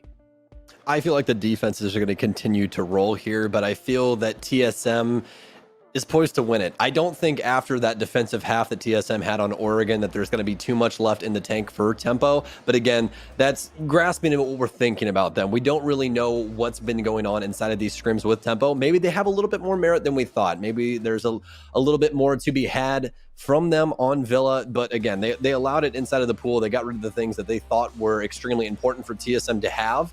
And now we're over to Villa, and it's Tempo's map pick. So they have to have these offenses set in stone. They have to be ready for these adjustments. There's so many things that TSM could possibly throw at them from this defensive side. All right, guys. Well, we hopefully won't be able to waste any more time here. We're going to be jumping in game as soon as we are able to and get things started to see which of these two teams will come in on top. I also think that we're going to see, hopefully, I hope we're going to see a much closer affair this time. We saw some really good stuff from Tempo, especially on their defensive end of it. I do think that there is more to their attack than what we saw. I do think that the bans and the way that the meta is currently playing just made it a very difficult task, just as we saw for TSM. But as Jesse had mentioned, they were just barely able to squeak by getting that one attacking round. So I think that this map will hopefully be a little bit different in that respect. Well, it all depends on the bans as well. As we were talking about before, we kind of gave TSM a hard time on that offensive half, but it's a Thatcher Mav ban. Like, what are you gonna do? Honestly, Yeah. like I know we were giving them a little bit of crap, but it's very difficult to try and fight through that. We might have it again. Thatcher ban is the very first offensive ban that we're gonna see. Now into Tempo's court, what are they gonna get rid of? They're on offense. They're gonna have to deal with the ramifications, and it's gonna be Capitao instead. So choosing to isolate out that extra execute utility, which may prove problematic if TSM is going to bring it to the table. That now moves over to our defender bans. Let's take a look. Tempo's also got the first choice here. They're going to knock out Valkyrie just to deny some of that extra utility, that extra intel, more importantly. This is a very big map. There's a lot of very sneaky places you can put those Valkyrie cameras. To be fair, a lot of them have been fleshed out by this point, but still, you don't want to take a chance on that, especially with how crucial the attack was. Mirror is going to be the final ban from TSM. You guys all pretty much expect that one, so we don't need to spend too much time talking about that. Okay, well, going to be a touch easier on this map for Tempo to get something going on offense. We have access to a lot more things to be able to handle hard destruction. Even though Thatcher is off the board, we now have Maverick in play. And Maverick's a very, very important operator. That torch allows him to cut through any wall, electrified or unelectrified. Doesn't matter. He is able to torch through anything. So very, very good hard destruction if you're going to bring him. But we're not going to see him in the lineup just yet. Tempo's got actually a very, very different idea of how to handle things. They're going to have a single hard destruction, quite a bit of soft destruction, bringing Zelf Sludge and Ash, and then Ayana, which we have not seen just yet in the series. Yeah, Ayana going to be used primarily for intel here, more than likely behind the drones, just because her utility is a free drone for the most part. That is on a lengthy cooldown, however, when it is shot. So the effectiveness of that is still kind of up in the air. This round will help us to determine that a little bit and see if we can get a little bit more action her on the board. What is Merc doing there? Merc's just having a good old time. He's doing the electric shuffle. That's what he's doing. That's what he's doing. But I agree with you. I think we haven't seen Ayana fully flushed out yet. I really feel as though she can be extremely influential just because of what you were talking about. The ability to use that Gemini to try and get intel is very important, but I feel as though she's going to be very good for executes or trying to get these early picks on roamers just because, yeah, sure, you shot my Gemini, but if I refrag the Gemini, it's worth it. There's nothing there that isn't worth. If I get to kill somebody for free off of a refrag of a fake person. That whole like mini mind game where you can play too, or if you shield the Gemini push well enough, you know, and then potentially hide it, you could push with the real one, and players may be used to trying to shoot the second player that comes to the door because they expect the first one to be a Gemini, when that's not really the case. Like, you have that whole like sort of mind game aspect that can play into it too, although I think that's a little bit harder to pull off, especially with how loud the Gemini deactivate noises. Well, Geo, rest of the squad, TSM going towards games and bars. So field setup, everything set down. Tempo out on the field now as well. So it's going to be our very first round of Villa between these two. And they stuck with the soft destruction. I'm really surprised we didn't see a 6-pick happen there at all, John. I assume that we're going to see a little bit more hard destruction, maybe an IQ come out to try and handle this Kaid, but none of that happened. I want to see how Tempo's going to attempt to try and hit site. For the most part, a lot of that pressure working its way in from Master and Trophy side. You've got 3 players stacked up from there. It's only Crazy really trying to push in through Study, which is usually the main push avenue for attacking teams on this site. Geo is aware of the potential push, which could come from Sloppy, but he is currently just kind of baiting his time out there, making a little bit of noise. As for the rest of the team, they are currently trying to group themselves up at bottom red, making a rotate with the Gemini over towards main stairs, where due to the time, that's probably where the majority of the actual push is going to work its way in. Maybe not, though, as they're kind of pulling back on it and heading back towards red stairs. Tempo a little bit uncertain with where they want to take things right now, and that could obviously be bad in its own right. Well, the problem now is that they had to take up all of these. They had to take all of these heads-up gunfights. Granted, they do still have some verticality that can possibly work, and that's how Merc's going to get so damaged is they shoot a breaching round just below him. But that 3 armor proving to be worth its weight in gold here as they work their way into 90. Tempo Storm finally trying to get some map control. Don't have full control of Study just yet here. They'll have Bolo inside a gun vault as well. TSM just biding their time and waiting for Tempo to finally get something going here. Concussions in, initial smoke grenades out for the defense. Tempo, not a single soul and not a single bit of presence on the site just yet. X-Kairos down on the wall. Geo going to be the first one down to the top of main. Crazy going to pick up that kill. Finally has his X-Kairos go off on planes as well. Dream to follow it up. Has a line of sight onto gun vault. They're setting things up now to try and plant behind the vault door, and that's exactly what they're going to go for now. Mark with a double kill, and it's all left up to the man with 81 rounds, but it doesn't even matter from gun vault. Tempo Storm with their first flawless round of this set.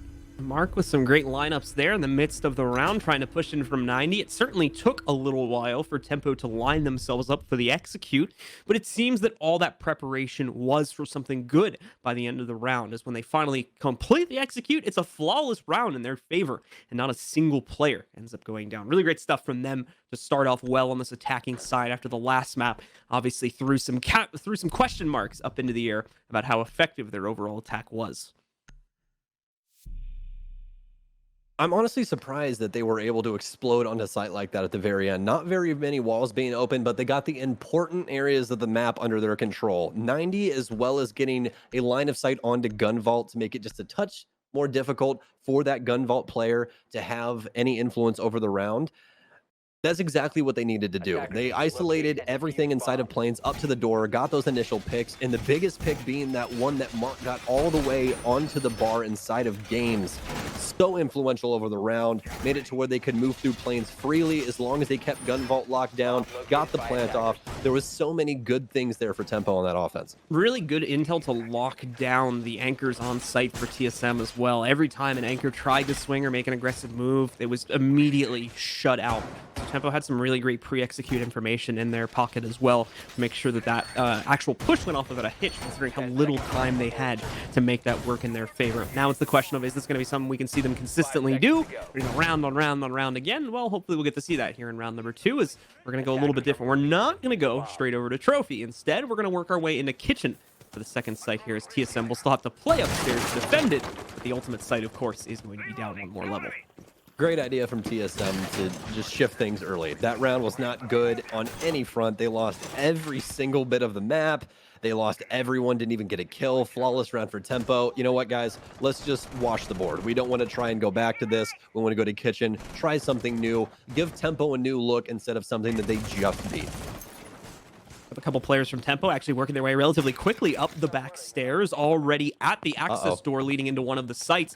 But the Pulse is going to reveal this. It's going to make it very obvious. They've got to be careful on opening this up. Mark gets the first kill, though, as he's going to be able to eliminate Merc. And they try to swing in, but Bolo is ready to hold this back off. Chala did go down, but is not going to be eliminated just yet. There's a possibility that he can get res. Geo gets another kill. That's going to put Tempo at a man disadvantage. Dream can finish off Chala, but he has to survive himself. This is another player on the other side. Dream gets the kill onto Chala to finish him off, and he's now going to move back onto the steps to get the res onto his team, Sabana. That brings them back up. None more active player. 2 overall, but the same story is there for TSM. They res their 1 down player and have 2 standing tall now as well. We were talking about Ayana earlier and how she could possibly have an impact on rounds because of that Gemini. If there's a time to use the Gemini, it's now. But the trouble is that Mute is in play. Even though Chala is dead, those Mute jammers still reside on the map, and they actually jam that Gemini that you see going up the stairs right now. So if he gets too close to a jammer, that Gemini is as good as dead. And it seems that there is a Mute jammer here. You don't see him pushing too close to that door for China. Instead, he tries to rotate over towards Tarps before the Gemini finally expends on time. Achieved, working his way towards the kitchen area, waiting on Dream and Crazy to try and make a move. They've shifted their sights back over towards the pantry stairs, where Achieved has slowly worked his way in. Here's the footsteps, immediately jumps on the situation, takes down Crazy. It's all left up to Dream, still has 1 frag grenade. Tosses it in. Can it get the initial kill? It can't. He's going to have to win this all out on gunplay instead. Only 40 seconds remain. He has the diffuser in hand, though, so he can play with that just a touch to see if he can bait anything out. There is no nitro cells. Achieve goes for the rush. Oh, no. Dream gets one, but he can't get the second. A great refrag from Geo. And the first defensive round won for TSM. Really great attempt there from Dream. People may note that he actually had the Gemini ready to use in that situation, but in the 1vx, it's just really, especially in the specific situation that he was in, it's really not going to be a good idea because of the lengthy animation to bring the Gemini out and draw it back again. There's a very good chance that if he tried to do that for intel, he would have found himself dead before he even got onto the Gemini's camera. Regardless, though, a very good attempt from Dream to clutch out the 1v2 just doesn't work into his favor that time, and it'll take us on to our next round here. We're going to see TSM head back into Aviation and Games. I will say, even though we gave them quite a hard time during, analysis and all that during the break with Tempo Storm, I really do like their new style of play, how they're not scared to take these gunfights. They don't care if their team flat out just dies. As long as they win the round and they can get those trades, that's all they care about. They're moving very quickly through these maps, trying to catch TSM off guard. And it's worked thus far. I mean, even there, they still got it down to the 2v2. That's a winnable situation. It just didn't happen to fall on their side of the fence. Yeah, they really struggled to find a good entry point for their last two players to move in from basement on, and they just made the wrong choice at the end of the day. Basically, yeah, they had kind of a 50-50 shot. I'm going to assume that they were pretty low on drone intel and all that at that point too, because it was pretty late into the round, and I believe we had Yana's drone on a bit of a cooldown. Yeah, it would have been really cool to see that Gemini actually work out, though. If he was actually able to get inside instead of the mute jammer being there. Unlucky. Unlucky for sure. But, all right, TSM back to Planes and Games here, folks. And last time they were here, it was a flawless round for Tempo on offense. It's at one round that they do have. So TSM has a lot of work to do if they are going to try and have this go any other way except down. I'm going to assume that they probably have something in mind, since Tempo just hit from Master the last time. They cleared Master over, north to south cleared down, and then pushed right through bus door to be able to get that plant off of the back of some great picks from Mark. Master is going to be the entry point here once again for Tempo. We can already see the Gemini drone working its way through a large majority of the astronomy and trophy area. That's going to clear it all out here for an actual player to start pushing in, and that's going to be Sloppy on the Zofia. Taking that control and mounting up to watch for any 90 rotates that may work their way into that corridor from TSM. Not really seeing it, though. We've got the drone from Creators doing work to make sure that that does not happen. Achieved actually could get caught out here if the intel is properly rallied over towards them. Oh, here it is. This is where it would come from. There's the spam from Mark. It does do some good damage to Achieved, but not a full kill. They'll still take that, though, as that's a good 30 to 35 damage off on the Wamai. Yep, and now that the Gemini's dead, it's going to have a longer cooldown time as well, so they won't be able to use it for a little bit to get any extra intel. It's all on the drones now to try and find their way onto site. But Tempo's set good pace. Only half the round gone, and they've already worked their way up to 90. No kills just yet, but a little bit of damage done to Achieved.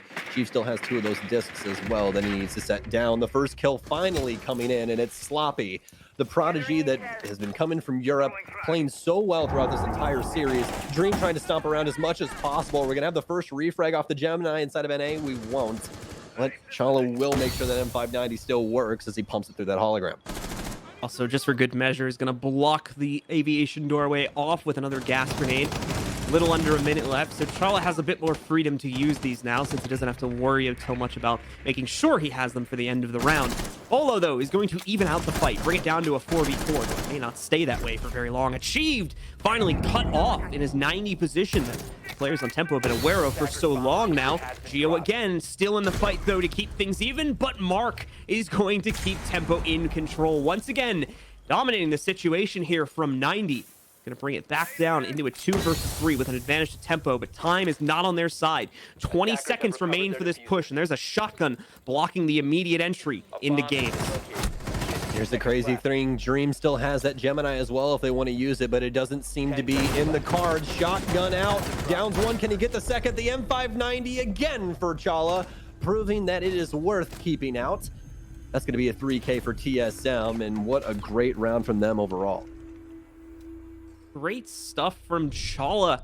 once again coming out on top for his team. And such a it seems like such a straightforward play too, but just like, making sure he stays hesitant on that, doesn't over peak at any position there, making sure that he has the lineups for when they eventually push in. Beautiful stuff from Chala there on the shotgun. That's going to allow for great control for the defenders. They'll be able to rotate their sights once again, as that one and the one that they just won previously back down to Kitchen are going to be locked down. Instead, it's Trophy and Statuary, where we're now finally going to see our defenders head to, but only for the first time here, as we're already in the 4th round.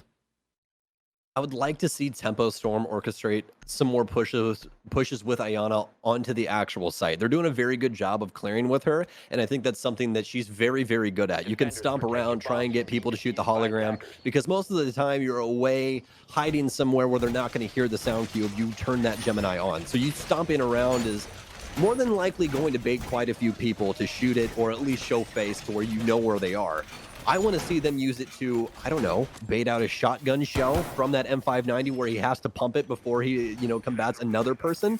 That would have been a great play there, but I believe that Dream was on the opposite side. I just want to see them get even more creative with that Ayana play. Anyway, we'll take a look at the setup from TSM, as this is the first time we'll see them drop onto this site. Setup looks pretty standard for the hold up here. We're going to see a few reinforcements placed down below on the site that would be down here as well, just to add that extra level of defense. And allow for TSM to play into it, as Tempo may still be trying to take control down here, but they can swing up through Astra stairs, and that may in fact be the case. We've got quite a few players working their way over towards the master windows, and I'm imagining part of that pressure is going to involve the Astra window, if not now, then over the next few moments as well.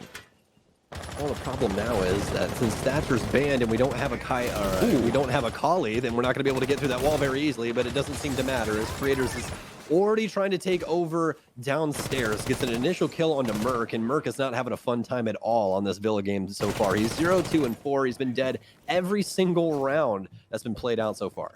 Caught out very early on. Sloppy in the meanwhile here working himself forward. There is a lineup from Chala to try and shoot down below from the inside of Trophy and catch players that may be rotating in from the outside of the building. With the current lineup that Tempo has, though, it's not likely that he catches anything from that exact position, at least not anytime soon, unless there's a major reposition of the players from Tempo.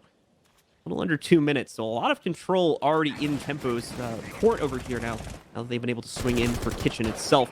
Trying to work their way upstairs, however, is going to be the difficult part, due to the fact that they do not have the control that they wish they would have towards areas like Master and whatnot. But a kill like that is going to make it all that much easier to get the upstairs control. Dream moves in, catches Geo on a peek over on Astra stairs, takes him out, but I think that's Chala once again showing up for us here. He's going to move in, try to confirm the kill with the gas grenade. And it looks like it's not going to be the case, but Bolo picks another one up for his team as he's able to eliminate Dream. Sloppy coming right back at it, though, as he finishes off Achieved and puts this into a 4v2 in the favor of Tempo. It's all on the hard anchors now, John. Chala and Bolo, the only two that remained on TSM. Not much utility by their side, just one toxic babe and the ability to control some evil eyes, but doesn't matter. Chala's already wiped off the board, down to Bolo with 81 rounds against 4 separate people. 56 seconds left as he tries to pour into Astro, but Creators is just that much better, and Tempo Storm claims round 4. And it's the split control from Tempo Storm that nets them another W here on the upstairs site. Going to be able to take that with good control and continue to rack up the rounds here on the attacking side. Well, only 2 so far, but it's a 2 even against their opponents, which keeps it much, much closer and much more attacker-sided than what we saw back on the first map. Certainly seems to be more a circumstance of the bans and the map, more so than the team itself, looking back at map number 1's performance. But the half's not over just yet. We still have 2 more rounds to go, so things could still flip, both in and against their favor. So let's hold our breath just a little bit longer and see what exactly they can do for these final couple rounds to solidify the half.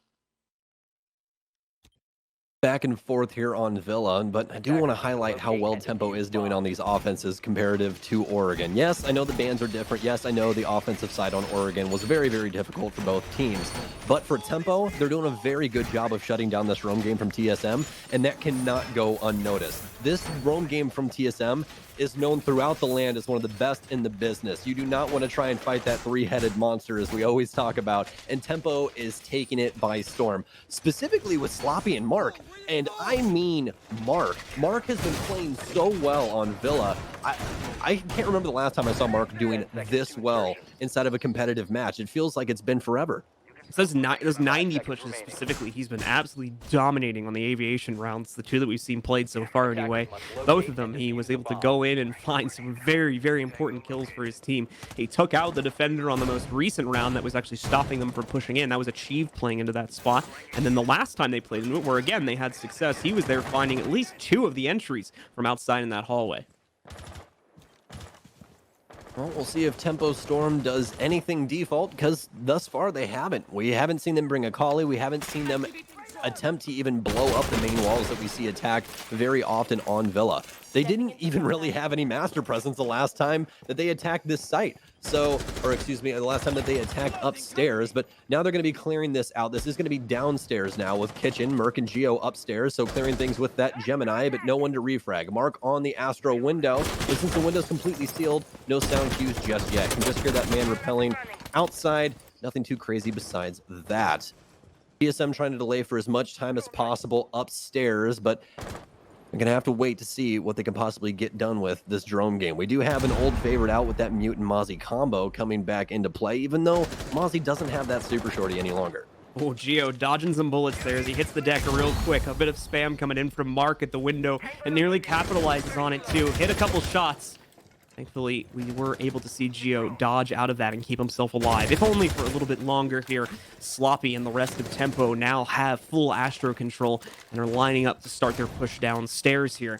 With that being said, TSM is also getting prepared for that ultimate eventuality. Merc's still doing a little bit of reconstruction here to open up some bullet holes and some shotgun holes for him to play into as the push eventually starts to work its way down. At the same time, you've got Bolo on the pulse, getting some intel about where exactly the push is being lined up upstairs. You can see the sledge on Mark there. He's trying to line up a couple of these punch holes, find out exactly where TSM is set up so that they can get 1 or 2 more kills here before committing themselves to the inside of that site. And at the same time, the TSM looking to throw a couple nitro cells at the floor and cut their attack short for hopefully preventing any attempt to get into the site at all. Yeah, Bolo's punching the air right now because everyone's standing on concrete. Can't exactly blow up anybody through that, but you can definitely get some intel. Been really enjoying the amount of Pulse play we've been seeing today just because Pulse is such an impactful operator. He's the only man with wall hacks in the game, fun fact. And with that amount of intel, you can do a lot of damage to a team. Bolo knows that 2 people are inside of here as Crazy starting work on the wall. Somebody's going to have to overwatch, but he can't hit the shot. That's going to be the Pulse off the field. 2, actually 3 kills for Tempo now as the entire kill feed sparks blue for Tempo Storm. Achieved finally bringing something back, but he's immediately down. 1 last man remains. It's Geometrics as he's in a 2v1, but it's the Ash of Creators to shut him down, and round 5 goes in Tempo's favor. Very similar feelings as we look back at round 1 there when we try to figure out how exactly that round played out. Tempo getting a bit of early control for themselves. Back in round 1, it was up in Master, and to some degree, the study. And here in round 2, it's taken that upstairs and outer site control before pushing in. They spend a lot of time getting intel, but when the execute finally comes through, it is incredibly one-sided, just like we saw back in round number 1 when they were attacking aviation. These are execute strategies from Tempo, and they are working out perfectly at the moment. Well, you can definitely tell why they picked Villa and why they keep bringing that Iana. She was meant to be played, and going back to her, I like how creative they've gotten with her. I said earlier I wanted them to get more creative with her, but I like how they're using her utility. They're not using it as an entry piece. They're using it as a constant drone because you get it back so often, even though when it does get killed, it takes a little bit. I think it takes around 30 seconds. Don't exactly know off the top of my head, but that's my rough guesstimate. They work her way into site to get more intel on site to see who's still sitting there. You guys saw for a split second, we saw Dream walk his way as the Gemini into Kitchen to get that intel, and then they capitalized on that with the execute. Knowing where those people were playing was extremely pivotal. I just really, really enjoy how much they're respecting the amount of intel she can get with that utility. Well, and it's certainly working out to give Tempo Storm, at minimum, a tie now as they close out the half, since we are heading into the final round. The possibility of another advantage in their favor, this time from the attacking side. They can win this one and take it to 4-2. Let's see. So far, they've had a good track record for attacking this site specifically. Achieved, however, is looking to try and stop things a bit earlier on, catching on to the very early master control that we had been seeing Tempo go for in the past 2 attempts to attack this site. Now are going to look to try and deny that and slow it down a little bit with that mute gem really just placed outside of it. But he won't be sticking around personally. He is going to retreat pretty quickly here and group up with the rest of the squad. Lots of drones around Art in the bottom of main stairs here on Villas. Tempo's trying to change pace. Instead of going through Master, they want to attack Study. See how this works out for them as the round continues on. But for the time being, TSM, with the setup they were running, well, last time. Lots of holes in the ground to try and prevent anything from going on that bottom floor. But we already have quite a bit of damage done to Chala and achieved, and there is no dock in play, so they're going to be stuck on that for the rest of the round. I've got creators looking to try and start at least peeking in the Study. Not too sure about the push just yet, but yeah, here we go. Creators flashing in. Again, though, not really a whole lot of follow-up at this point. There we go. Creators now finally committing to the inside, clearing out the initial 90 area at Bookcase. And then starting to open up the wayside for the rest of the team to do that over the next few seconds. Mark is right here, so he might be able to... Oh, my goodness. That Nitro Cell going right into Crazy's face completely destroys him. The wall is open regardless, however, but despite that, Merc has found a second kill for his team. Chala is in a down state, but can still be revived, as I don't believe he's immediately confirmable by anybody on Tempo Storm. They now sit trying to bring this round back under their control. Well, yes, they got the wall open. They paid a heavy price in order to do it. Achieved and Mark going to trade blows with each other. Merc does get finished off on the TSM side of things, though, but now it's down to just Creators and Dream to pull off a 2v4. Well, the good news is Dream is still alive, and they still have access to that Gemini. So you still have intel game, even though both of your drone sets are dead. And they can also use it to try and refrag off of if that happens to be the choice that they make. Plenty of walls open here. This is still doable for Tempo Storm, but the issue is they have a lot of people to still go through. Chala still has a smoke grenade, Achieve still up, and they still have Bolo to cut down as well with that Alda. There's so many things to try and deal with, including that. The M590 of Chala rips Creators to shreds, and it's going to be all TSM all the way in round 6. Geo still left undealt with there at the 90 angle, allows him to lean in here for a very easy final kill on the half, and ultimately tie us up at 3-3 for halftime here. TSM running it back and keeping it very close on their defensive side. The big question is that enough for them to be able to stay in the game on the attacking end of the spectrum? We'll find that out right now as the teams have switched, and we're going in to our first round in the second half, where once again we'll see an Aviator round to start things off, with Tempo choosing that as their initial site. I'm gonna have a quick pick over to Smoke as well. So rudimentary setup. This is practically what we saw from TSM, all except for the pulse on this site. We did not see a pulse on Aviator Games, and do not believe, but again, I can be stood corrected. That pulse, though, as we were saying before, he's just a crazy amount of intel, a crazy amount. Even though the Cardiac Center has went through so many different variations, from fast swap to being a little short range to then re-extending, there's so many different things that have happened to Pulse. It's just very nice once again to see an operator from year one, from the base game, that is coming back into the meta. And honestly, what else is there? What else would you possibly want on defense from an operator? The ability to actively get intel at all times through permanent walls. It's basically like having a mirror that you get to walk around with. I wouldn't be opposed to a better gun. Hey, listen. How else will we have clips like you're using Twitch, Gio? You're using Twitch. Just a personal anecdote there. Yeah, it is a bad gun. I could ask for a few things, but think about this. Think about this though. If Pulse had any butter gun, even if you gave him like the P10 Roni, right? Like the Roni's a good gun, has low mag capacity, but a good gun. He would tear everyone to shreds. Oh yeah. I would never not play Pulse. That's true. You can't make him too good. Yeah, you'd make him too good if he didn't have the We're getting ourselves into round number 7, the first round of the second half. We got TSM taking a very similar note here with the push in the Master that we saw Tempo doing, attacking the same side at the beginning of their attacking side half. It's not going to be the entire team moving in from here, though. Just 2 to start off, doing a bit of drone work in the process. We have 1 more sitting on the outside of, I believe that is going to be, it's going to be the trophy window. Aside from that, 1 other player lurking still downstairs here for TSM. They're keeping the push split at the start, leaving the options open, but I'm sure that will change for the next 30 seconds to a minute when time starts to become a bit more of a pressing issue here for TSM. TSM much more spread than what we saw Tempo on their offense. I like what they're using, doing with this Nomad as well. We saw Chala on this on Oregon, setting up that flank watch. And I think TSM likes this Nomad pick because you don't have to worry about those flanks nearly as much as you would have to on a regular basis. Even with Gridlock on the board, they can still impact it quite easily. Nomads you can put in very, very finicky areas where they're very hard to get rid of. And that's more than likely exactly why TSM continues to bring Chala on this. Try and keep everyone focused on the main objective instead of having to put a body on that flank watch. Chala gonna quickly trade off and take handle over the diffuser here. More than likely we'll be grouping up with Bolo over the next couple seconds to start their push in from the other side, while the rest of the team will have to commit themselves in from study side. So a 3-2 split here from TSM, focusing on trying to pinch to the inside of Aviation.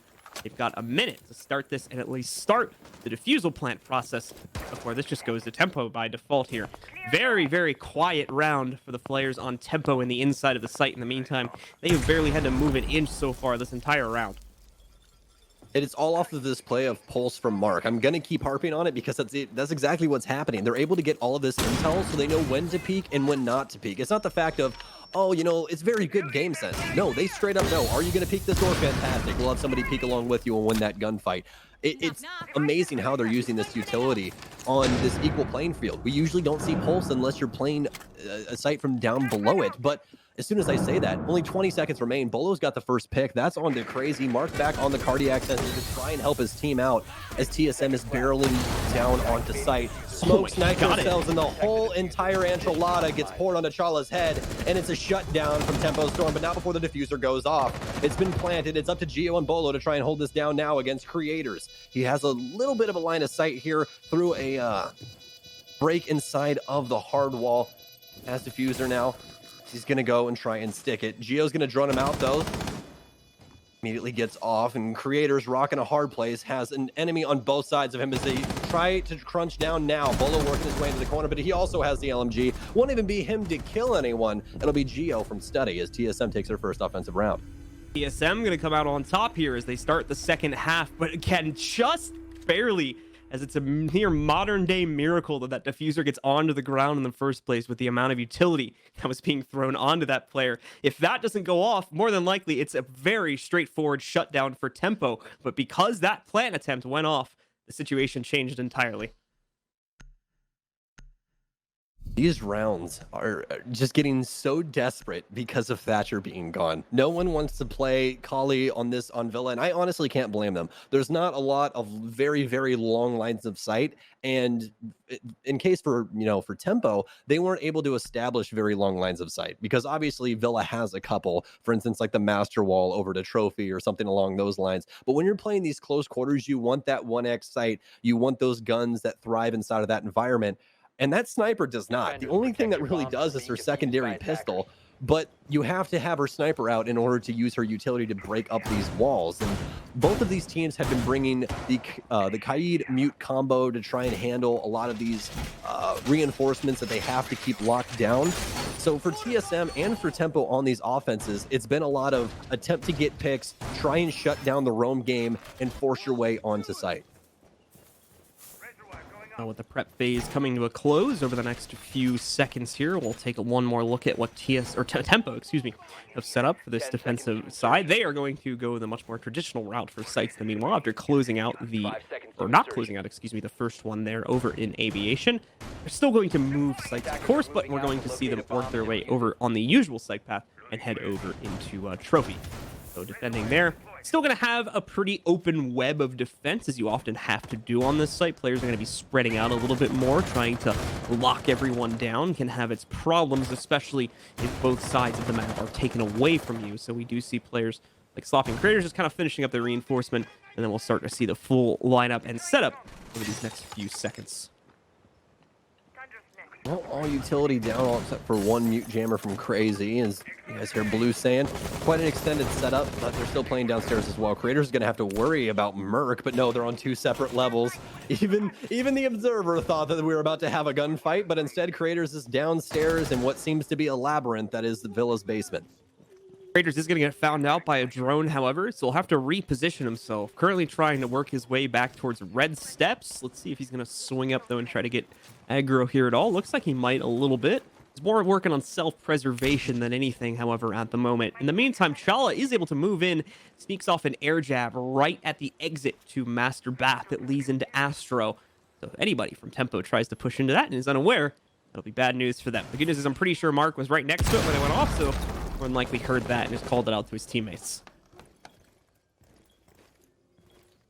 Well, TSM finally getting some work done here. They've cleared out the mid floor, but they still have to worry about creators downstairs. X-Kairos on the right-hand side of Master Wall. And the last set will go on the far left to establish some new lines of sight. So Master Wall's been handled, but TSM still has a long way to go to get this diffuser down. It seems that for the time being that their priority is Statue. Not a bad place to plant at all. Achieve with the very first kill. That's on to Sloppy. He's been influential throughout the series so far, but quite silent on Villa. Merc to tack on as well. Merc quite quiet as well, but finally coming to light as he shuts down Mark. Quiet the whole match, and just when we bring it up, he gets himself a double kill. That seems far too often it happens. Mark, though, very much welcome into the match here for TSM as they put themselves into a 5v2, now 5v1 scenario achieved. Lining up a home run there on the nade, and Bolo finishes it off, getting another flawless round up onto the board for TSM. TSM is doing what TSM does best. Playing their game. They're winning these gunfights, they're establishing these 1v1s, and that's where they thrive. They're able to get these picks early. It seems that Tempo's playing off their back foot right now, whereas on that offense, we saw them baiting a lot of TSM into these gunfights. It seems that TSM is now winning them instead. Truly, that's it. I mean, in comparison, TSM's gunfights throughout the series, specifically on Villa, was just Tempo baiting them into those gunfights where they were at the disadvantage, making it to where they had to, extend themselves out into a wide swing, and Tempo would capitalize on that. But instead, TSM is just slowly working their way onto site, getting rid of the roamers, working their way towards it, even cutting off rotations like we saw Merc do at the bottom of Astro as people were trying to get back in sight. So for TSM, I feel like this is just them getting back into the mix of things. TSM certainly taking back control as they get themselves into the mix of things with the way that the current rounds are going. For Tempo, it's been a couple of misfires here on the first few rounds themselves, but looking to try and fix that as they now round back over into Aviation in games. We'll see if there's going to be any major change-ups to the strategy for themselves. They've played this relatively passively for the most part, but even the players that were aggressive, the roamers that tried to move themselves out into the open, were caught early on in the round here. TSM has had good success in the early, mid, and late rounds so far on their attacks, so Tempo needing to change up a whole lot here if we want to see some success from their defensive side here on Villa. Well, TSM, main focus right now, study. Merc's the first one with a drone in the building. Seems quite default from what they thought the last time that they went towards this site, where we saw them attack from Master, but might not want to show Tempo the exact same setup, make it a little bit more difficult for them. Achieve clearing the mid floor now with that Sledge. We've seen Sledge become a lot more prolific as we saw Buck get nerfed recently, no longer having frag grenades, but having some ammo added to his skeleton key. Definitely hasn't played into the favor of any pro players that favor Buck like Rampy or Achieved. Instead, you're going to see them on Sledge a lot more often. Still has the frag grenades, but the L85 is definitely not the same gun that the C8 is. See Mark still scanning out, trying to find anything from that heartbeat sensor. In the meantime, Sloppy is the first real point of contact as the members of TSM will be swinging in. At the same time, though, Bolo just going to take care of Sloppy real quick here with a push-up main stairs. Takes a couple seconds to beat up the barricade and then walks right up. Sloppy thought he would have been ready for that, but apparently not. Opening kill goes to TSM, and they've got a lot of control off that kill. Huge play from Bolo there, and that's how you play a G8A 1, just left click. Just click, hold, and hope. And that's exactly what begs Bolo that kill onto Sloppy. So top main control, they need to work onto 90 now. You can't get full site control of this site just by playing study in top main. They have to work their way around and try and collapse onto site from multiple entry points instead of just this one front attack. We only have 1 minute and 5 seconds left as well, so it's either going to be picks or try and work their way around, but it's going to be Merc once again as he's finally come alive here on Villa. 4-3 and 7, not the best scoreline, but these impactful frags have seen to push TSM farther into these rounds. Dream, Crazy, and Creators trying to stay alive in the depths of the site right now. And in the meanwhile, Achieve, one of the last players here from TSM to actually need to get into the building, is more watching for angles than anything else here. Got a lineup from Merc as he sits on the inside of 90 bookcase and is going to be able to pick one up for himself. Bolo does the same thing, and wow, very quickly follows it through onto Crazy. I think even he was a little surprised he got that second one there, but beautiful stuff from Bolo to finish off the round and continue to push TSM further and further forward. They put themselves very close now to match point. Sometimes it's just as simple as you got to win your ones. That's really it. It's just a lot of gunfights going TSM's way. Bolo, very heads up play with his pre-fires. He knows where those default angles are, obviously, and he's able to get 3 kills because of it. That and a G8. G8's a very powerful gun. You're talking 50 rounds at a gun with a very similar rate of fire to the R4C.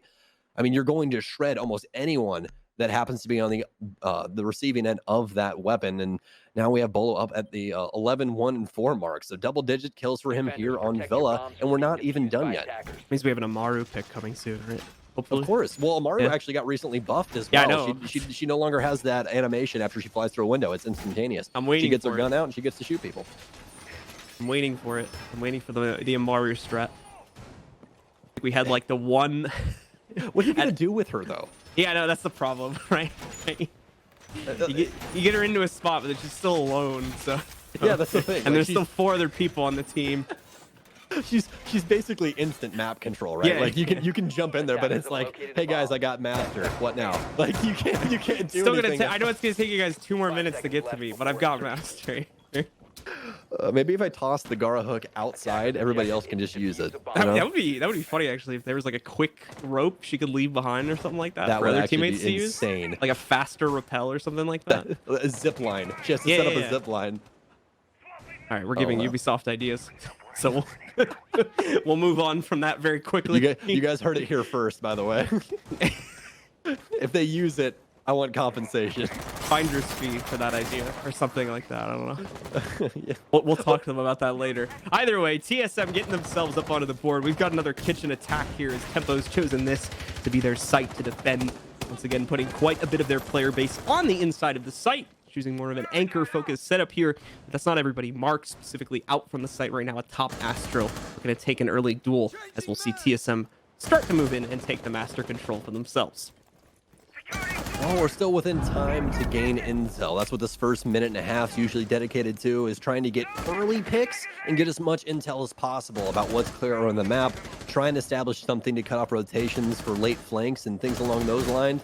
And just like that, we already have a very important piece of information. Crazy playing top red, Bolo, very good droning. And as you guys can see, TSM's established all the way around this top level.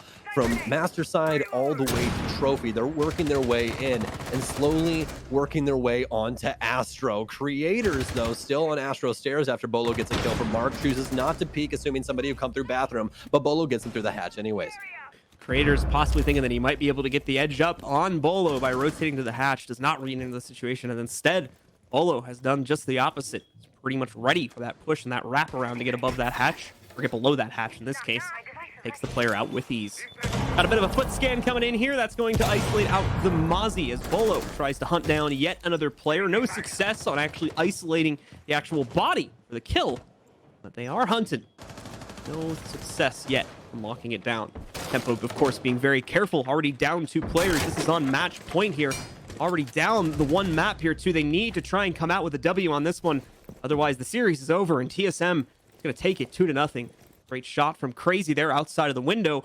Takes out Merc and finally puts Tempo on the board for this round. Tempo trying to equalize, but with only 35 seconds remaining, TSM has to work their way onto site. They're looking to see if Tempo makes a misstep on site through this verticality. Currently, he's poised inside of Tarps. Dream gets a very nice kill with the SMG-11 at range all the way from Pantry. Geo works his way in. Sloppy's actually worked inside of Laundry, and he doesn't have any holes to be able to help him, but they now have the intel. Geo's going to have to try and put this down into a plant, but no, he gets thwarted from China. It's down into the 1 versus 3. It's all up to Chala. Can he win it out? He can't. Tempo stays alive here on Villa. Tempo, some nice passive play, capitalizing on the very fast, aggressive movement there that we saw from TSM, and they thought they had full control, thought they had the capability to swing right past Tempo's defensive setup and be able to get that plant onto the ground. It was not the case. Tempo was ready to hold that back, deny the plant, and shut down the remaining players from TSM to keep them in this match, and more importantly, prevent that 7th and final round from going up onto the scoreboard for TSM. Well, as we head back to Plains in games, this is one of the sites that Tempo hasn't won. Well, because they've only won one defensive round, folks. They've only won kitchen dining. That's it. So both of the default sites that we usually see teams go to, nope, not in Tempo's discography at all. They can't play it, but they're going to have to prove it now that they can. They're going to have to try and flip this on its head. Plains games up next for them. Hopefully they can try and fix something, because the last couple rounds that we've had on this site for them, it's just been TSM practically walking into site, and they've done it both ways. They've taken study in top main, and they've pushed from masters. So Tempo's going to have to attempt to predict where they're coming from. They do have quite a bit of utility on this defense to burn through, though. They've got the Jaeger will Mai combos. So many throwables are more than likely going to be dispatched. Attackers have located a bomb. Taking a look away from that, we did have a 6-pick used by TSM coming into this one. Nothing of huge remark, however. Just Bolo 6-picking onto that Zofia. So they are trying to hide that little bit of soft destruction. They'll get ready to move into the map in just a moment. Setup looks pretty standard once again from Tempo. Nothing crazy coming out here as far as their reinforcements and utility setup is concerned. He'll rotate in the back there.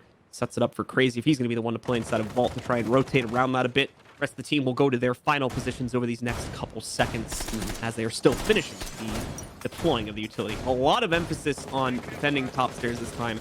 You've got 2 Omai charges, 2 Jaeger ADSs sitting behind that cupboard in the middle. So a lot of emphasis on keeping top main stairs control here for Tempo. Yeah, well, those ADSs in tandem, that's 6 throwables that they can possibly get rid of at the top of main. But right now, TSM, main focus piano. They're going for the verticality into planes to try and shut down any of those rotations upstairs or get an early frag. Now TSM, though, need a little bit more intel to work towards sight. They'll have plenty of time on the board as well, as they're getting some intel on Sloppy upstairs, but they should be seeing these Wamai discs and everything and know that that is not the proper way that they need to go. You can see Tempo knows that as well. They know that they're more than likely not going to want to deal with Sloppy at the top of this staircase. They're probably going to try and shift to red here, as they still have plenty of time to do it. Olo, however, has already pushed past Sloppy once. Merc is going to start us off this time, though, catching Creators in a very forward position, actually trying to walk right into the site. We get the good night in the chat as well for Merc right there. Wouldn't be a TSM game without a GN. No, it wouldn't. So a great setup in order to bait for that kill. And already Tempo down a man here. Gonna have to see how TSM will look to take and capitalize upon that advantage. Well, even though Creators is off the board, those ADSs are still going to stick around, so still have plenty of utility to burn through. TSM still has plenty of it on deck, though, as they really haven't moved. Even though they've gotten a kill, there hasn't been much. They've been more or less sitting still and waiting for Tempo Storm to come to them, but Tempo's doing the exact same thing, all except for Creators with that aggressive peek into study earlier. Now we're just going to be seeing Merc wait for anyone to try and push into study. Tried to bait with the stun to see if he could get anybody to push through before the stun went off, but did not work out. Excairos going on now as there is no more wall prevention. Sloppy getting to kill onto a G, finally on equal footing after what seemed to be forever, but Dream's going to push it even farther with 2.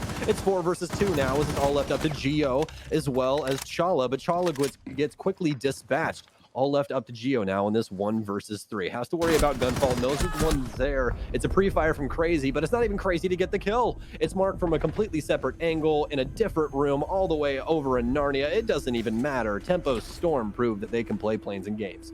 Yep, Geo just trying to full focus on getting the kill against the player in Gunvault.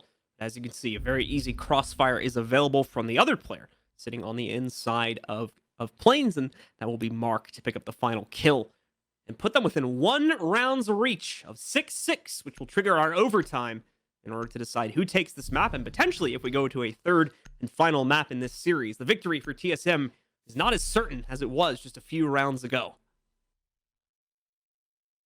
Well, the offensive rounds have gotten a little bit slower, and it feels as though it's because of those picks that they haven't been able to find as easily as the 3 rounds prior to that. as well as Tempo Storm slowing down their peaks on defense. We saw very early on their defensive half that they were taking a lot of gunfights, getting a touch wild, but they've brought it back to center now. And it seems that this is really, really working for them. Having TSM attempt to try and find these picks instead of Tempo just giving them these kills works out obviously a lot better. Bit of reinforcement setup coming in here for Sloppy and the rest of Tempo as they are going to lock down Plains and Games once again for their early round defense so that they can try to waste a bit more time from TSM. Not only that, but the fact that the actual site itself usually doesn't require a huge number of reinforcements, and those that it does only takes up about 2 to 3 players is worth. Not a whole lot going to be wasted there by putting those reinforcements on the other site. Aside from that, things look again pretty straightforward here from Tempo on the actual site setup. Now it's time to see if their players are going to try and extend this web of defense out from the site at all, or if they're going to try and play it a little bit closer to the chest, given the early round successes from TSM. Seems that Tempos went with a shell setup over towards Plains and Games. Instead of having anybody play there, set it up, rotate immediately away, but they finally have somebody rotate back in. That's crazy. Just walked back into Plains, but they've already got a pick on the board. That's Achieved. It seems that Achieved died very, very early on here. It's actually a very nice setup from Tempo Storm. The single panel that's inside of Kitchen towards the staircase for Pantry. They did some destruction through that to see the window that is above that staircase and ended up getting a pick through there. So some very intelligent map awareness from Tempo. Very quiet, though, as like you mentioned previously. This first minute and a half or so of the round is mainly from intel gathering. That's pretty much all you could hear during those last couple seconds was just the pitter-patter of drones moving around. Mark is going to continue. The heater he's on right now over by Astro, his second kill on the round, as he knocks out Bolo, trying to push his way in through the master bath. You've got another player here, Merc, looking to try and change the status quo for his team with the angle that he has from down below, but no one's over peeking across that balcony to give away any sort of view which you could get a kill from. At the same time, the capability to try and get this wall open is a little bit delayed. They are shooting out these single X-Kairos charges. 3 is all you need for an explosion, but unfortunately, the fourth one that they shot was the one that was going to fully open up the wall and enable crawl capability. No longer can they do that. They have to try and use this third and final X-Kairos to get it done, and it looks like they finally made probably just a big enough hole here. Geo is sick of it. Back on drone, though, so he knows Sloppy's towards statue. Very troublesome now, but Creator's going to get yet another pick, and that's outside. We're still on Windows, folks, and there's only a minute left remaining, but it doesn't matter. This is professional play. You get caught slacking outside, that's still a kill. Well, for Tempo Storm now, it's just a waiting game. 50 seconds left. Geo and Shaw are the only two that remain, and they have to clutch things up. This should not be winnable, and it's going to get stretched even thinner as Chala is the only man that remains on TSM. The only man with a black jersey, and the only one that is going to get a kill before he dies as Tempo Storm walks all over TSM inside of round 12. Tempo Storm with a great recovery on these final 2 rounds to bring it back under their control and trigger OT. Now that possibility for a third map is alive and well. We'll play out 3 more rounds here. The team that wins 2 taking the map here. So it'll be 1st to 8 takes the W on this map. And in Tempo's case, to send us to a third map. In TSM's case, to end the series, moving themselves further in the upper bracket and sending their opponents down to the lower bracket. And Tempo Storm getting defense first as well, and they're on an absolute heater on defense. They've had 3 rounds in a row so far, right after TSM had 4 rounds in a row prior. So for Tempo, this is like catching lightning in a bottle, to be completely honest with you. You have defense on Villa. It's been going very, very well. You've been able to shut down TSM practically before they even get in the building. Everything's firing on all cylinders. They have to feel good coming into this OT. Rolling a 6-pick in onto the IQ with that G8.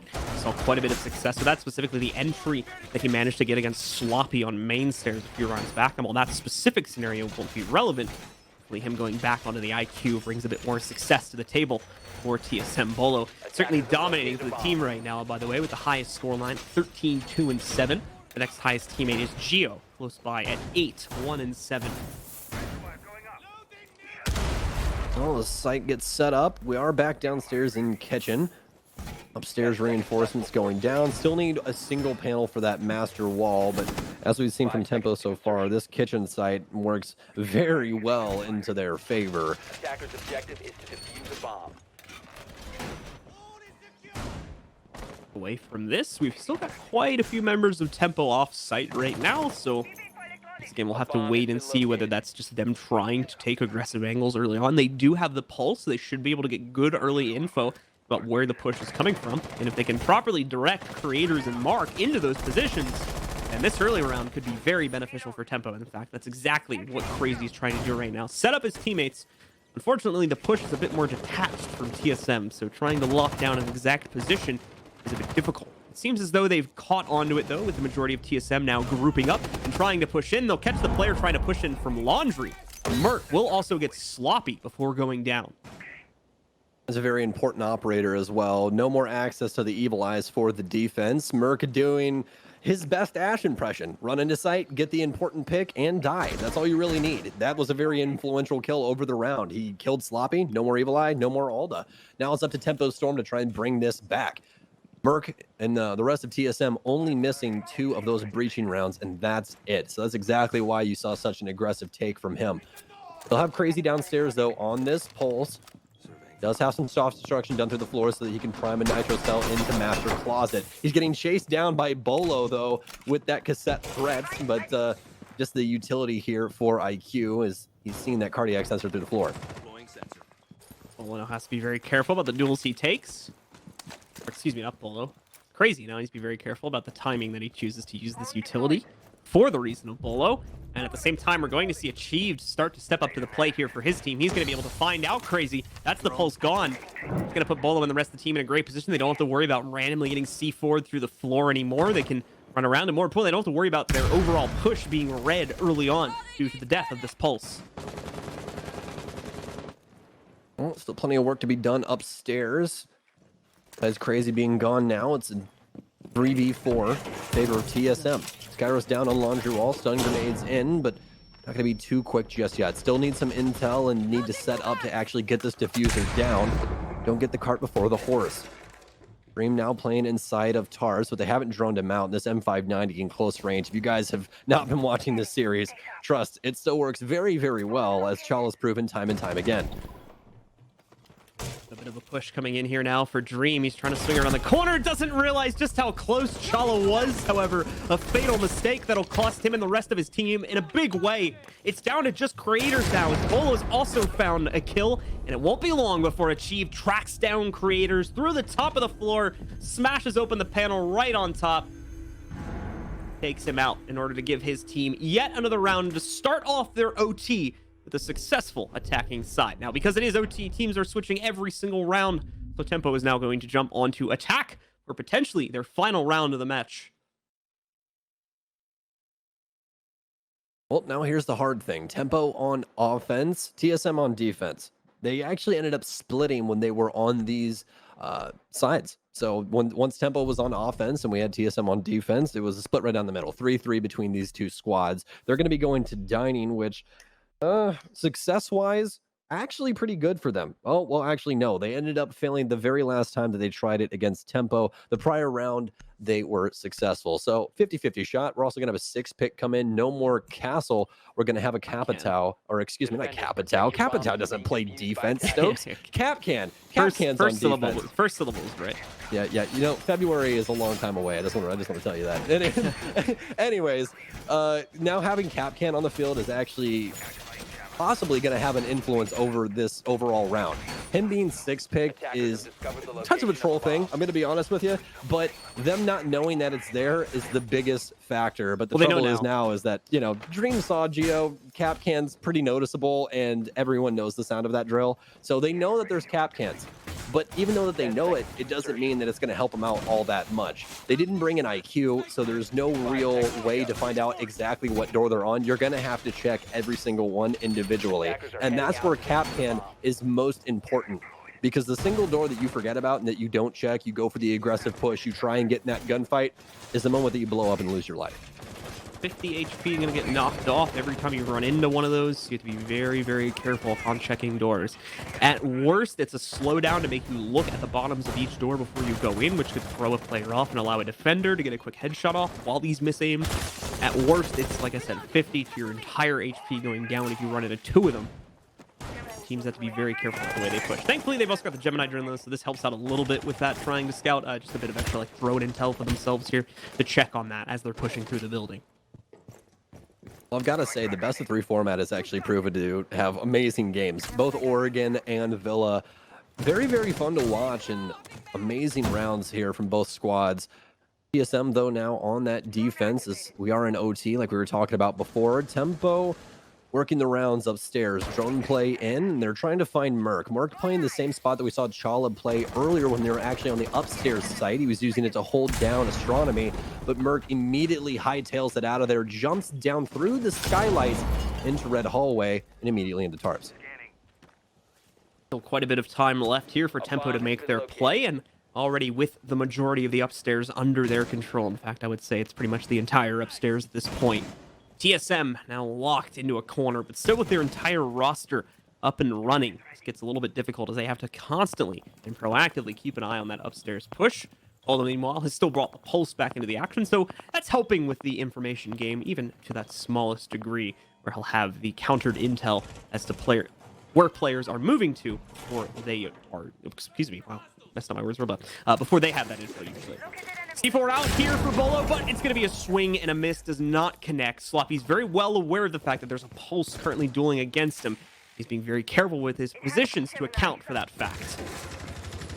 Well, it's still 5-5 with a minute remaining here as Dream's the first one in the building, but it's not really Dream, folks. It's actually a hologram. Fights for the barbed wire, and no, actually, it's going to be a very smart version of Merc.